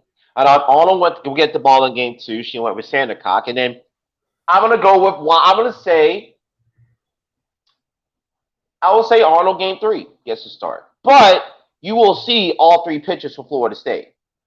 And I think for Oklahoma, I think Shannon Sale will get the start. You think Sale? Wow. Here's why. Coach Fox brought this up on Monday's postgame. Coach Gasso always liked to bring her pitchers in with clean innings. So you're not going to start Nicole May. You saw how well that worked on Monday night. Tuesday night, excuse me. But how do you would not go back to Juarez? I mean, she's been on fire. Now me and Coach Fox and I talked about that. Unless you feel that she needs a couple innings of rest, but she has been phenomenal here to get you to this point. Boy, I mean, if you do start Sale, you got to have a quick hook there, don't you? That's all I'm saying. That's why I'm saying. If Sale gets into any sort of trouble, give Sale the first couple of innings. And it kind of goes back to it's an old philosophy that Dave Stewart said when he was being managed by Tony La Russa. You earn your outs. You pick up one out, you get the next one. You pick up another out, you earn the next one. And the moment you get in any sort of trouble, you pull the hook and you bring in G. Juarez. Now, would it shock me if G. Juarez got the ball again tomorrow? No. I'm going Juarez. I think it's Juarez. The Florida State one's interesting. I threw this theory out here. See what you think. Coach Fox didn't really think that Lonnie would do this, but I wonder, does she consider throwing all three pitchers and having them go one time in the order and go literally by committee? Coach Fox doesn't think that she'll do that she's got to go with her best, at least start her best, which to me, it was interesting. She didn't throw Watson tonight. We did not see Watson tonight. We did see Arnold, I believe, the first two games in relief. And we've seen Sandercock, I believe. I think she might start. We saw Wilson at the end of the game too. Well, I think that was to make sure not to use Watson, which I found interesting. Obviously, she might, and I think Lonnie in the back of her mind knew that game was over. So you're not going to burn a move here that you don't. Kind of like Patty wasn't going to throw in Juarez once they fell behind. So exactly. In my opinion, I'm really interested in what Lonnie's going to do. A part of me wonders if she's going to go by committee here. She's done it all year. Where she will probably go one time the order. If not, I could see Watson and Sandercock carry the load here. Maybe Watson gets the start and Sandercock in relief. But Oklahoma already has books on Watson, and they made that adjustment to her that third time through the order on Tuesday. But some people think she might be a better matchup against Oklahoma because she throws hard stuff, kind of like Odyssey Alexander gave Oklahoma some fits up with that rise ball. Whereas Oklahoma's kind of figured out that drop ball from Sandercock. I'm not disagreeing with you. I'm just trying to think what their options are. I found it interesting. Watson didn't pitch, so she has a day full of rest. Maybe you start Watson, kind of like an opener, go through one time of the order, then you go through Sandercock, maybe Arnold. You know what I mean? Like, I'm wondering, just throwing it out there. That's a possibility. It's a possibility. But Oklahoma, I think, is going to be some combination of Sale and Juarez. If Sale starts, she's going to get a quick hook, and she gets in any sort of trouble, and you bring Juarez in to close the deal. It's going to be fascinating. It's going to be interesting. I'm very interested what both sides do here. Early game, 2:00 Central. You've been there all week. Tell us. You mentioned that I mentioned earlier what you said the temperature was projected to be. Yes. Describe the weather at that hour. What's it going to be like as somebody's been there the whole week? It's going to be very, very muggy. And the fact that there hasn't been, and the fact that the players are going to get there at 12 noon, 12:30. So hydration, as Coach Fox highlighted tonight, is going to be extremely vital. Yeah. Extremely vital. So you got to get hydrated. Make sure you get your treatment tonight. Make sure you're getting in your bed early tonight, and be ready to go tomorrow. And it's all hands on deck for both staffs. So Nicole May has to be ready because even though we don't think we may see her tomorrow, she has to be ready, as well as Juarez and obviously Shannon Sale. And I saw it, and I messaged you while we was waiting to leave the stadium tonight about the temperature. It's going to be 89 degrees at first pitch. Yeah. With it feeling in triple digits. And that doesn't account for the fact what the field temperature is going to be like. That's going to be another 10 degrees on top of that. So that's going to be very fascinating how this thing is going to play out early on. Let me ask you this. Yes. What has been the chatter about the fact that tomorrow's game is going to start at 3 Eastern, 2 Central? There's been some chatter. Why is it not at night? Why isn't it not on ABC? Is it too early? What kind of chatter have you heard in the press box and in the stadium about this? Has there been some what's been the talk about this? Has there been a big talking point or no? Well, it has been a talking point, and it's mainly because people don't understand the intricacies of trying to move scheduling around when it's really been scheduled in the first place. People think it's so easy to put a game on ABC at 3 o'clock when they have their daytime programming, which does a lot of numbers. I think people are saying, why not have it at night, primetime on ABC? Now, I'm going to be honest, blatantly honest. I don't know what the ABC Thursday night primetime lineup is. Primetime television is not what it used to be, where it was must-see TV back in the day. Actually, no. But again, it's not as simple as flipping something to network television on short notice, especially if they have and I'm trying to check to see if they have, especially if they have original programming. If it's a rear, it's easier to pull, change a show if it's a rear. If it's a season finale of a show, then there's no way that's going to get bumped off the air either. Right. No, that's not going to get bumped off either. I don't know the answer to that. Again, if somebody has that, feel free to send that over. I don't know what the ABC schedule. All I know is from a cable standpoint, ESPN has a doubleheader of the NBA. Yeah. And they spend billions, keyword billions, to carry it. Yes. So they're not going to move it. Nope. Even if the Nets are going to destroy the Bucks by 30 some points by the first in a quarter. Scrimmage. Essentially a scrimmage for the Eastern Conference Finals. Now, ESPN2 is carrying the NCAA championships for track and field. The problem is you can't move that either because that's in Eugene, Oregon. So it's not as simple. That's at 4:30 in Eugene. So that's early time for them. And that's you're not going to move that either. No, especially in a year where it's an Olympic year. And track and field is significant in an Olympic year, obviously. And in fairness let's be fair. For track and field athletes, that's their World Series. Yeah. So it is. why are we punishing them by bumping them down to like ESPNU or News? I don't think that's fair from that standpoint. But it's unfortunate. Again, I don't know what the ABC schedule, but it's a good segue because I briefly I found out during the pregame show, and you found out as well.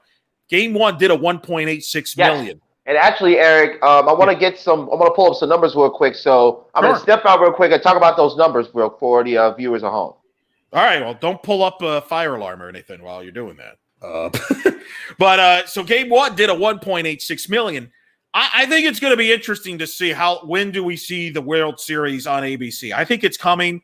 I don't know when. But it's typical this year. You can't plan things on the fly in television. I don't think it's that simple. I'm trying to scramble here and find out what the ABC primetime schedule is. The fact that nobody has responded with that tells you all you need to know about who's watching network television on a Thursday night. I'm usually watching basketball on a Thursday night. So, and so as I look, that's the move that only thing I would question there, but we'll see what happens there. Rob's asking if for the people talking about the NCAA and looking after players' health playing at night, this will be 100 times more dangerous for players. I wouldn't say 100 more times dangerous. I do find it I am ironic that we're worried about players playing at 2 a.m, but nobody seems to have a problem them playing at 100-degree humidity at 2 p.m. But it is what it is. There. All right. What have you found? Well, Eric, the numbers that I found in terms of the television, if you look at the ratings for the top sporting events last night, you had the 2 NBA games, 1 and 2. Softball finished third. Yep. Softball finished third behind the 2 Stanley Cup playoff games, which was Lightning and Hurricanes and Avalanche versus Golden Knights. Pounded them. It did better than Major League Baseball. It did better than NXT. It nearly tripled NXT. Last night, and it would have beaten up on AEW. So for all you AEW fans, he's not knocking NXT. You're all in the same boat. Yes, it was more elite than All Elite Wrestling. Oh wow, you just got all the one-liners. All the jokes today. All of the jokes today. What can I say? I'm petty. What can I say? By the way, Eric, the numbers that you talked about, for the Champ Series. 37% increase from the Oklahoma UCLA series in 2019. And then yes, 37% increase from 2019, and then the peak of Game 1 last night was 2.2 million. That was from 10 to 10:15 p.m. 9 to 9:15 p.m. here in Oklahoma City. So, and I'm very fascinated what those numbers are going to be for tonight's game. Yeah, 2 million. Wait, what is going on with Danny Kanell? What is Danny Kanell doing now? Sean is saying Danny Kanell is clutching his pearl over. Oh, is he upset that Oklahoma's players are celebrations? Really? Are we still on this? Look, for the record, I don't have a problem with the celebration. I think my issue was that people the warnings towards JMU when they were celebrating a home run. I don't have a problem with the Oklahoma players celebrating. Okay, so I have to tweet. For Danny Cannell. This was tweeted an hour ago.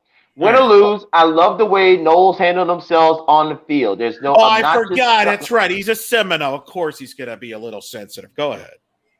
There's no obnoxious celebration routine, flyouts, or staring at the opponents. It's all about team and playing with class. Well, you know why, Danny? How would you know about celebration? Because Florida State football hasn't had anything to celebrate since Jameis Winston was there as your quarterback. So, I mean,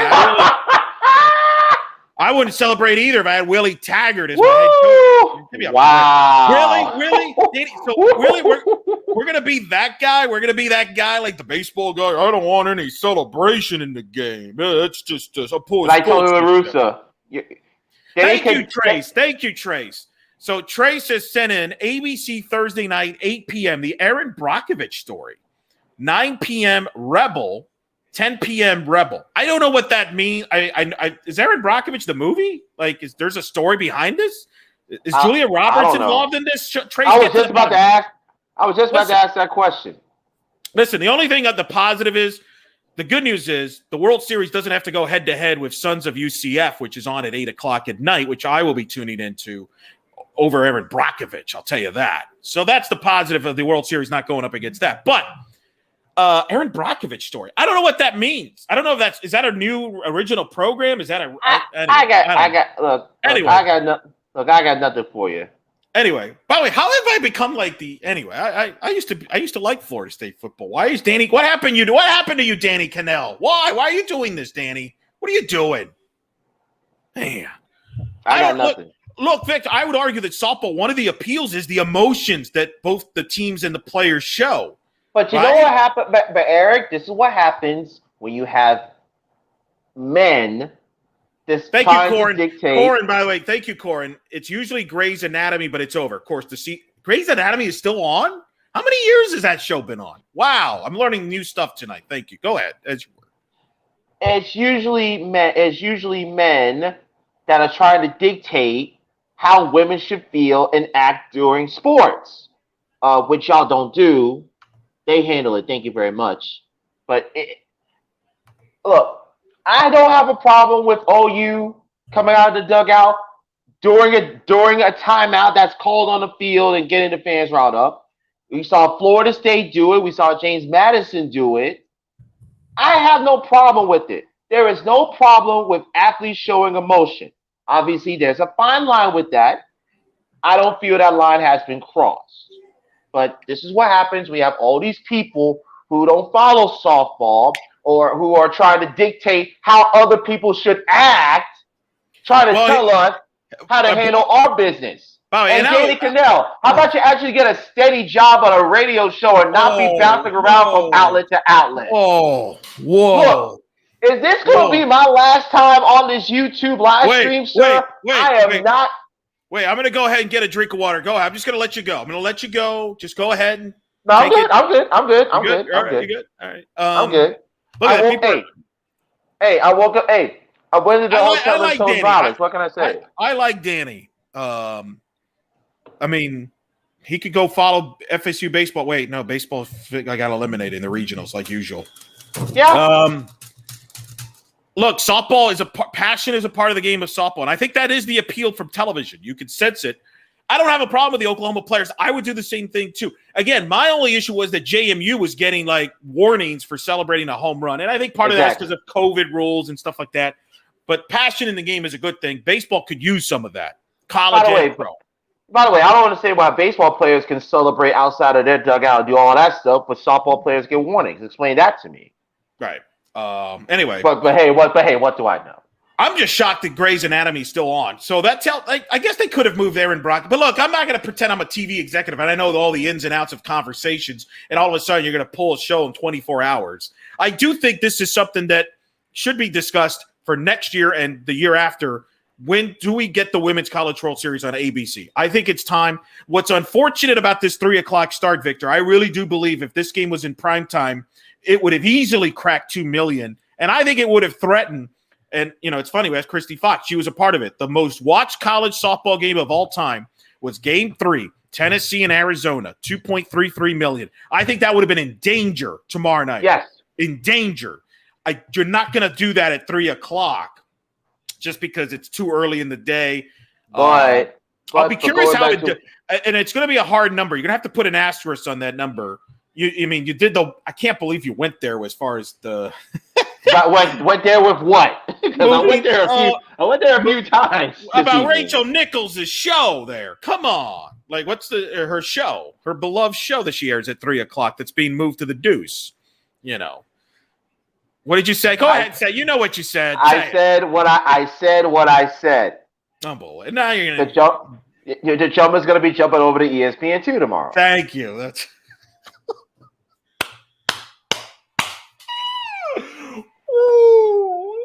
wow. Hey, if I'm going out, might as well go out with a bang, ladies and gentlemen. Alyssa's saying, preach, Vic. You're preaching. Hashtag don't box us in. Amen. It'll be interesting what it does. If it could do $1 million and a half, that's a success, considering the time slot. The streaming numbers, I'll be intrigued to see what the streaming numbers and the digital numbers, what those numbers are going to be. That's going to be that's going to be the key to this. I'll be curious if tonight cracks 2 million as an average. I think it does. There's been 3 softball games ever that have cracked 2 million. All of them are game 3s. The Tennessee-Arizona game in 07. Michigan, Florida, 2015 05? Michigan. Yeah, Michigan UCLA 05. Yeah, those three. That's it. Oh, Michigan, UCLA 05. Oh, yeah, I forgot game 3 with Samantha Finley. Yes. Yeah, those are the only games. Yeah, those are the 3. LSU Michigan semifinal in 2015 did 195. So we'll see if tonight's game cracks 2 million. I think it has a good shot. 17 seasons of Grey's Anatomy. Wow.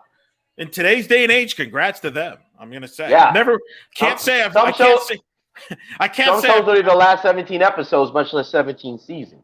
I don't think I've watched more than like 2 Grey's Anatomy episodes ever, and that might have been like on re-airs. I don't know. I'm not going to. That's 2 more. That's 2 more than I've watched. So yeah, 2 more than you watch.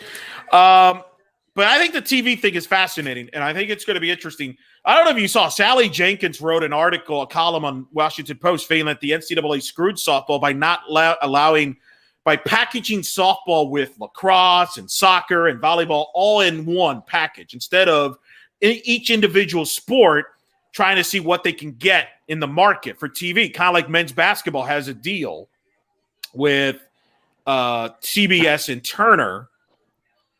And I don't know. How am I supposed to get it together when Victor's throwing one-liners like he is tonight? Are you kidding me? Thank you, Kelly. Yeah, Eric, get it together. You'd be muting on the microphone. You'd be stumbling over your words. Come on, man. I'm still stuck. But what do you think of that comment? Should softball, and I will say this. I'm not going to say that if they would have gone in the free market, they could. I mean, look, ESPN has been tremendous to softball. They've done a fantastic job of covering softball. Meg Aronowitz is a genius. She's made this happen. Yes. By the way, we're going to try and get Meg Aronowitz after she gets a well-deserved vacation, of course. So I don't agree that kind of talk about the whole. Yes. Right. And she was a former softball player, which a lot of people don't bring up. She was a former softball player. By the way, our first interview we have with Meg Aronowitz before the SPC Elite Invitational, she talks about her softball experiences. So you can download that episode. That was back in 2019 when we had her on. So I don't think any other network would treat softball as well as the coverage is phenomenal. But I do agree with this premise. I think softball should not be put in together with lacrosse and soccer. I'm sorry. With all due respect to you, you love volleyball. I like soccer. It's not in the radar of softball. It's not even close. And it's not even close. And my issue, and people want to blame the NCAA, and that's fine. I get it, and I'm not saying that that's inaccurate. But we need to also point the finger at a lot of these universities and institutions that also have conferences. The same. Yes and no, but I think the conferences are starting to wake up a little bit. The administrations, though, on the other hand, and you know this, there's a lot of schools that kind of treat softball like, yeah, well, they still think in past tense. Well, this sport is more popular. Well, a bunch of no. My thing is this. I think each institution has to be reality check. And I'm not saying softball is tops everywhere. Look, if I'm in Stores, Connecticut, women's basketball should be number one, right? Yep. I don't think anybody would disagree with that. With all due respect to Connecticut, they have a great new facilities there. But I think there are other schools, hit the SEC schools, hit the Pac-12, especially you, Pac-12, you Pac-12, get it together, all right, in the coverage. Softball is the number one women's sport, and it's a top 3 sport, honestly. I said this earlier. I want your thoughts on this. Other than the men's basketball tournament, is there a more exciting tournament right now in college athletics with that creates the buzz that softball does? No. It's not close. It's not close. No. Now, women's basketball, some people would say, well, wait a minute. They drew big numbers for the TV championship games. I disagree with women's basketball from this standpoint. Yes, I think the Final Four for women's basketball, people tune in. They're not tuning into the first round. Nobody's tuning into the first round of the women's basketball tournament because most of those games it's predictable. And they're usually 20-point blowouts. The other thing women's basketball benefits that softball does not is women's basketball has a sweet TV time slot. They did a smart thing, and I give them credit for this. They used to play the final semifinals on Sunday and then the championship game on Tuesday after the men's championship game. A few years ago, they have switched that to have the semifinal on Friday and the championship game is on Sunday. And that's that way they don't conflict. So you have because the men's Final Four, women's Final Four are usually playing around that same time frame. So Right. And instead of being an afterthought after the men's championship game and all that, or an afterthought after the men's Final Four, they get a day head start. Plus the TV time slot. It's a Sunday night, 6:00 before ESPN Sunday Night Baseball, which is their first Sunday Night Baseball, gets a bump in that because of the women's. Softball doesn't have that luxury. Softball is going head to head with the NBA. Like right now, it's the Phoenix Suns playing the Denver Nuggets and stuff like that. They are constantly spoiler alert, Phoenix is putting in that work on Denver and the MVP. By the way, Chris Paul got screwed on that, but that's a whole other story for another show. Really? That's for yes. Let's take the softball, please, sir. All right. Yeah, I know. You talk basketball on Chris Hill's show. I get it. So, Captain, we're just throwing plugs everywhere tonight. We're out of control. I start wasting my time productions. Exactly. But the point was women's basketball, nobody really pays attention to the tournament until they get to the Final Four. Yeah. Softball, that's not the case. People are tuned in from the regionals to the supers to the World Series. The numbers have shown that this year. I think it's them and the men's basketball tournament are the two most exciting college athletic sports tournaments. More exciting than college baseball. There's no buzz for college baseball. Somebody was asking me earlier, well, should college baseball be on – and I'm not against college baseball being on ABC. But, look, I grew up a college baseball fan. You probably grew up a college baseball fan. Yes. Going down to Mark Light and UM, it's fun. The problem – the sport is it's just different. It's a stale sport, and it drags. It doesn't have the buzz that softball does. I think a lot of people have tuned into softball and tuned away from college baseball. Now, I still think college baseball is fine, and I think college baseball is probably behind softball if you wanted to rank it. And again, football is a different animal. I don't want to get into that. Football is its own entity. Right. But you have men's college basketball, and I think softball and women, and then, is the two sports that draw a lot of attention. And I think this is eye-opening from a demographic standpoint. So, I think softball needs to be on ABC, and I think it's headed that way. I just don't know when, but I think it's going to end up there at some point. Maybe not all 3 games, but I could definitely see it a game or 2 there, kind of like the Stanley Cup final where, they're going to have a game on network TV and then a game's on cable. I could see something like that. I would not be surprised, Derek, if the first half of Elimination Saturday or Survival Saturday next year is on ABC and the other half is on ESPN. I would not be surprised that they made that move. There were rumors that last year they were going to have Women's College World Series games on ABC, but obviously that never happened because everything got shut down. You know. My point is, it's got to start with the institutions. And I think the SEC, and I know people want to not dog on the SEC, but they've done a great job of investing in softball. And look at all the facilities. Look at how every game's SEC Network Plus and all that.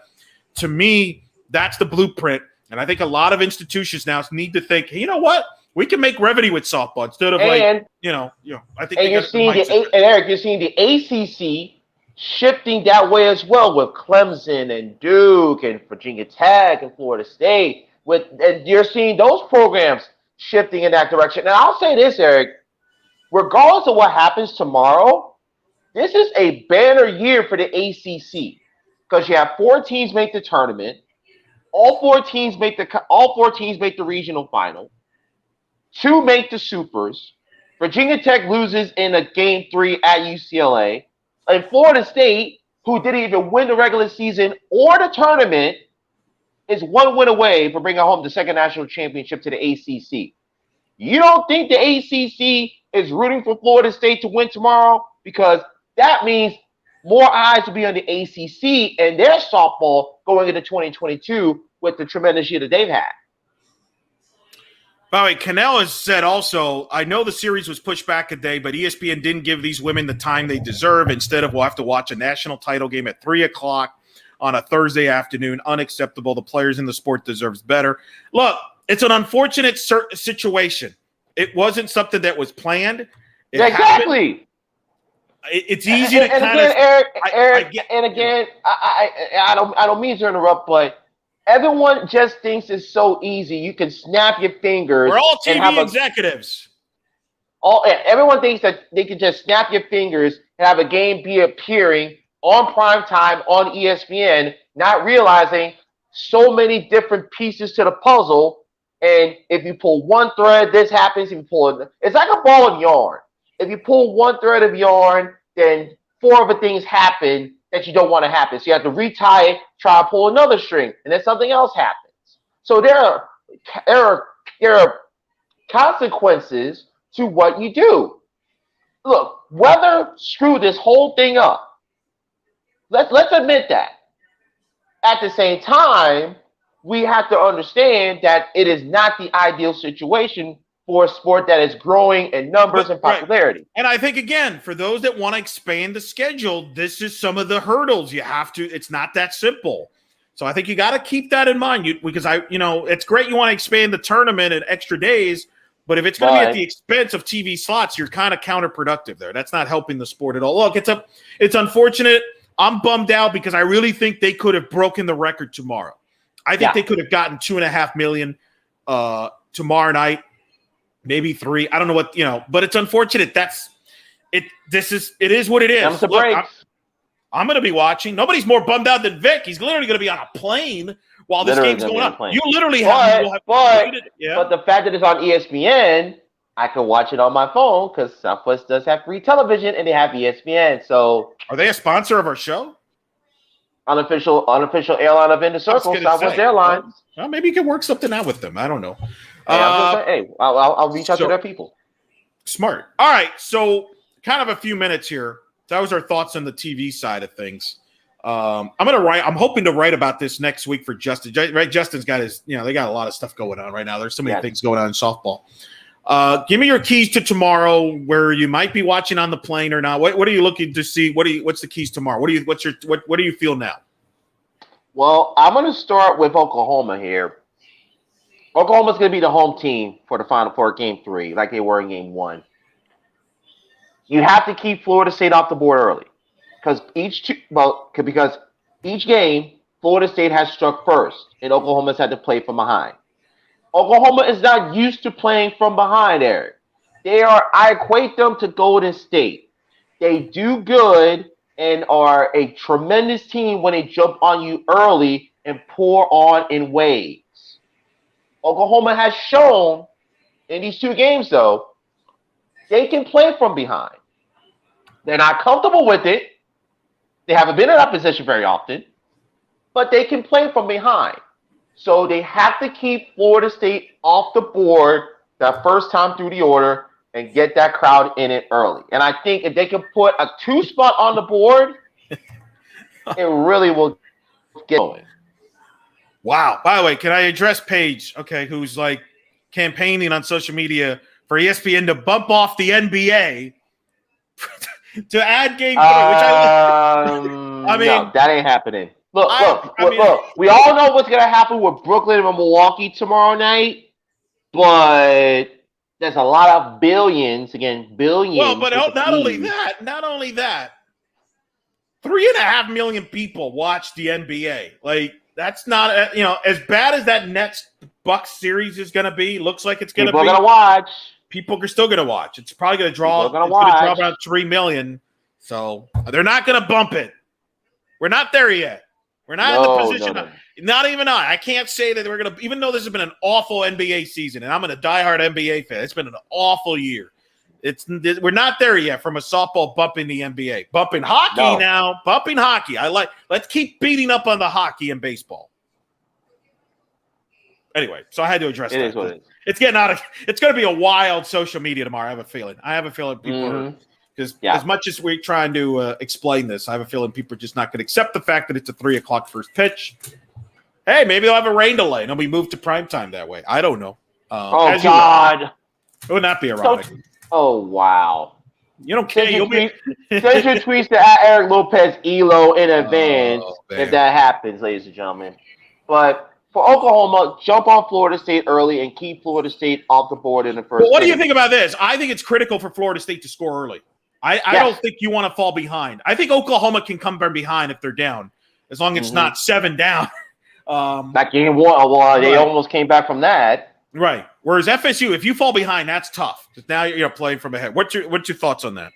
I agree. Florida State has to continue with the game plan that they've had the first 2 games. Jump on Oklahoma early, put the pressure on their offense, and they have to find a way to manage that 6th inning on. That's going to be the biggest thing because if you look at Oklahoma's runs in this championship series, the majority of the runs have come after the 5th and 6th inning. So if Florida State can do that, then Florida State will be the one winning the national championship tomorrow. Let's see, Rob. Minimal games, Pac-12 shows multiple games, even replays of games. Yeah, the problem is they're showing that while a legendary head coach is retiring. Yeah, why are you showing replays of a 2012 Washington State-Colorado football game when Mike Andrea is having his retirement press conference? Tom with a good question. Who's pitching for the Sooners tomorrow, Vic? I will officially say Sale will get the start, but don't be surprised if Sale gets in trouble, she will get pulled for G. Juarez. I'm going Juarez. Going Juarez. I think Juarez gets the ball. Fair. I think that's the prediction. All right. That might. We are going to wrap it up. Ooh, let me see. We got a question from James here. Has women's softball changed in America? Meaning, is the game more popular now? Yes, James. It definitely has. I'll put it to you this way. I want to give some context here, Eric. When we started in the circle after the 2016 season, when Oklahoma won the first of their back-to-back national titles, we did this just for kicks and giggles, honestly, because we're softball junkies. And at the time, there was nobody really covering softball. You fast forward to now 2021, you have D1 softball, you have Softball America, you have Justin's World, and then you have ESPN with their 7 Innings podcast. You have different outlets covering the game, whether it's in print, whether it's digital, podcasts, a multitude of things. And it's all good for the game. I talked to Justin McLeod about this, Eric. Softball is like a big sandbox. And we all can play in a sandbox as long as we're build that big sand castle. The problem is there are too many people that want to build their own sand castle and don't want to let anyone else do it. That's not growing the game. We all have to make the game the priority, not our own individual needs and wants. That's the biggest thing. That's why we take great pride in the circle, doing things like going live, interacting with our tremendous listeners and followers, and we certainly thank you for that. And bringing on those people from those other outlets because they have a different perspective of softball than what we have.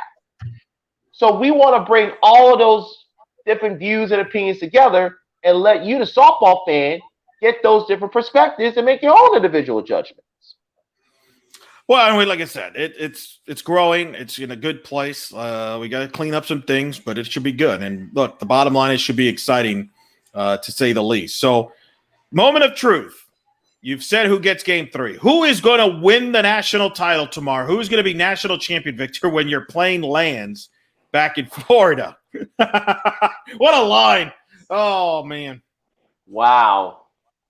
Well, I said OU in 3 on Tuesday, and then earlier today I thought Florida State would end the series, which I was wrong about.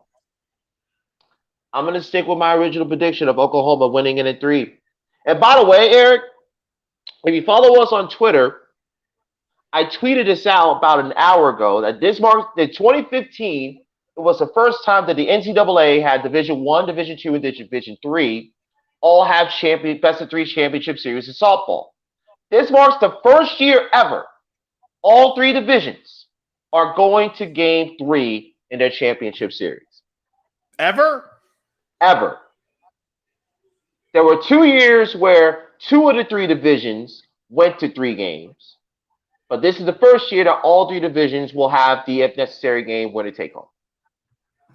Wow. I did not know. That's a great stat. I mentioned earlier this is the first time in the Women's College World Series history that all 17 yes, all games 17 will be games will be necessary. Yes, all 17 games will be played. Yes, and you'll get to say you were there for 16 of them. And the one that I'm missing is only the most important one. Oh my!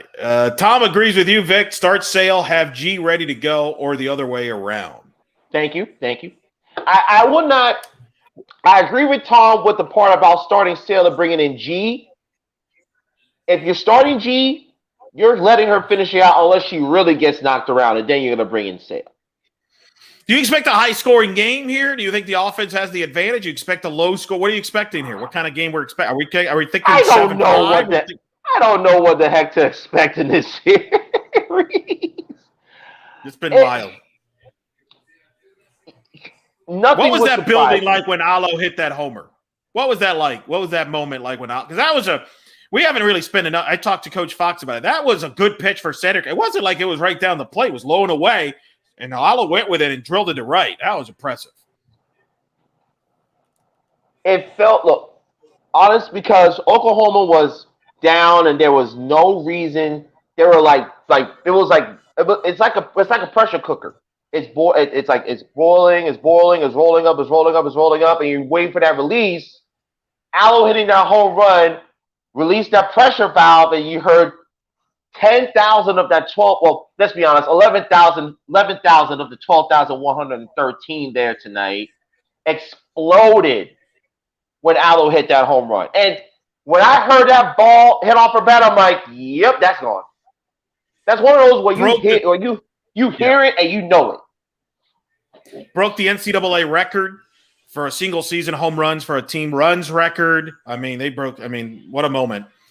Could be the turning point of this series. We'll find out by tomorrow. It really could. It really could.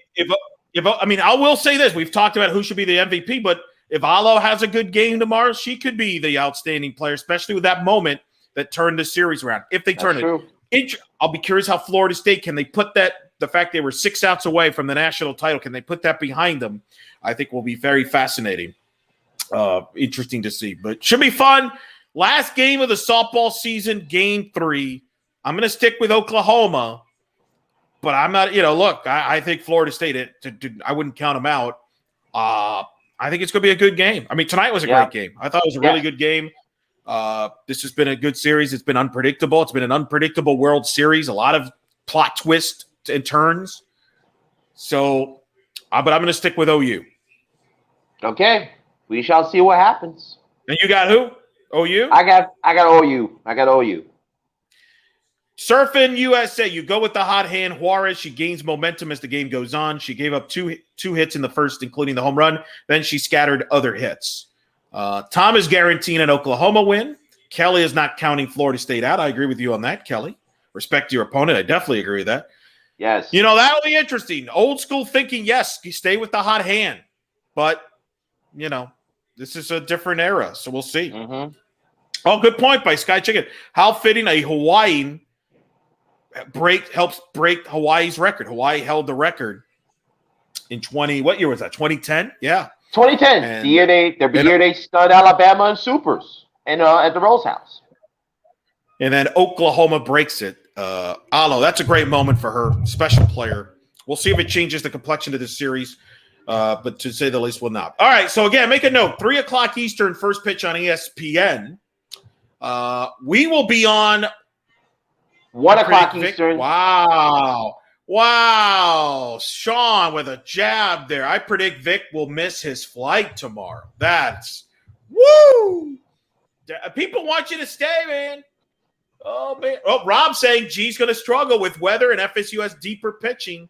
Oh, back and forth. It's going to be fascinating. Are you really going to miss your flight? No. No? All right. I would not allow that to happen. All right. So we're going to be on live 1:00 Eastern. And 1:00 Eastern. 12 noon Central. We're gonna have Jennifer Sarah from Believe in Softball joining you on the pregame show. I may or may not make a cameo from the airport during the pregame show as well. Why not? Why not? You had a fire drill during one of your appearances. You've been on during the national anthem in the stadium. It'd only be fitting you go in the airport. I think that's fair for either pregame or maybe as you get off. And this will be fun to track. On the postgame show, have you landed by the time you get to the postgame show? I don't know. It's going to be crazy. That's going to be interesting. That's going to be interesting unto itself. And of course, we're going to have the postgame show with Eric and Coach Kristie Fox. After the national champion has been crowned, make sure you turn on your notifications. I don't know yet. Wait. I don't know yet. As we heard, we had a lamping incident there. She's got people, so we'll see if we can have her on in the post game for game.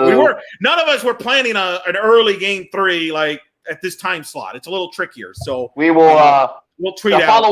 Follow us on Twitter as for any announcements on who we'll be having on a post game show. We might have multiple guests. Put it to that way. We might have multiple guests for the pregame. We might have multiple guests for the postgame. It could be a who's who. Who knows? That's what I'll be working on there. Stay tuned, ladies and gentlemen. Stay tuned. And then we'll also have the postgame press conferences of Oklahoma, Florida State. They're going to be uploaded on our YouTube page right now in the Circle SB. As soon as I get off the air, I'm going to work on that. So it should be up within the next 20 minutes. So make sure you check it out. And then, game 3 tomorrow, last game. So last thoughts, Vic. From OKC for you. What a tremendous tournament in Oklahoma City, and what a fitting way to end it, where we have one of the most historic offense in college softball history, taking on a team that nobody gave a chance to in the postseason. You have a Florida State program who is looking to win a second national championship and win their 9th straight elimination game. That would set the record. That would set a record that are tied with UCLA with 8. Mm-hmm. You have Oklahoma, who's looking for their 5th national championship and cap up again the greatest offensive season in the history of college softball. Lonnie Alameda, I think with a win would etch her name as one of the top 3 greatest coaches in Florida State history, men's or women's sports. Ooh. Okay. Patty Gasso, well, we already know her legacy is secured. But if she wins the 5th national championship, which would be her 3rd in 6 years. 5th overall. 5th overall, thank you. 5th overall. You will have to put her on that short list of greatest coaches of all time with her and Mike Andrea, Sue Enquist. They'll be the only coaches with more than 5 national championships. I think if she wins her 5th, that would put her in 2nd, I think, or at least in the or past 3rd. I don't know. We'll have to look that up. We'll see what happens. She'll be one of 3 coaches with more than 5 national championships. That we know. It's Kendrea, her, and Sue, right? And Sue from UCLA, yes. All right. So history will be made one way or the other. Mm-hmm. And by the way, Eric, or Mark, the 4 you can have it's fitting, and Oklahoma says this will be the number 4 could be the team. You can have one of those teams will be the 4th team to win a national championship after losing that first game in the tournament. Oklahoma could become the 4th team to lose game 1 of the championship series, and win the national championship, joining Michigan, Kristie Fox's Arizona team, and Alabama in 2012. So it's going to be – by the way, one of those teams will win their 5th elimination game in the Women's College World Series tomorrow. So a lot of history on the line, and we'll cover it before the game, during the game, and extensively after the game. Whether my plane will be landing or not, when we cover it post-game, that remains to be seen. Brackus, that's right. We got to look up the UCLA numbers because you got Sue Enquist, Brackus. I mean, they have a bunch of coaches. I don't know. We'll have to look at all that up. But Oklahoma's got to win, and I'm sure they'll give us the answers on that. All right, that'll do it for this show. We've been for 2 hours. Holy smokes. By the way, it is worth pointing this out. I forgot, Vic, but I'm assuming no podcast on Thursday. Oh, don't worry. We've already Correct? tweeted it out. Our podcast will be coming out on Friday. So, all right, let our higher ups, accordingly. let the higher ups know. I completely forgot. So we will have a podcast Friday as well. So we're a lot of shows still to go. Yes. Thank you for the reminder. Thanks to Kristie Fox for joining us here on the Postgame Show. We, for all of you also asking questions and chiming in throughout this 2-hour extravaganza. Thank you, Vic, for all the contributions from Oklahoma City, even though some of you people are really bummed out that you're leaving. They wish you would stay. Sorry. Nonetheless, it is. Enjoy Game 3. We will be on tomorrow, Friday at 1 p.m. or Thursday. I don't even know what day it is. What day is this week? I don't even know. Today is Wednesday for another 15 minutes for you. Yeah. 1 p.m. Eastern. Lunchtime. Grab some lunch within the circle. I don't know. Yes. So we'll get you set for the championship game. We'll be on for about an hour, and then we'll be on again post-game, which is around dinner time. What better place to eat lunch and dinner with than in the circle? Lunch and dinner within the circle. There you what go. Can we say? With some different guesses there. Plank has a good podcast too. I agree. For everybody here, for Vic, I'm Eric. We hope you've enjoyed this edition of Live in the Circle from OKC. Good night, Canada.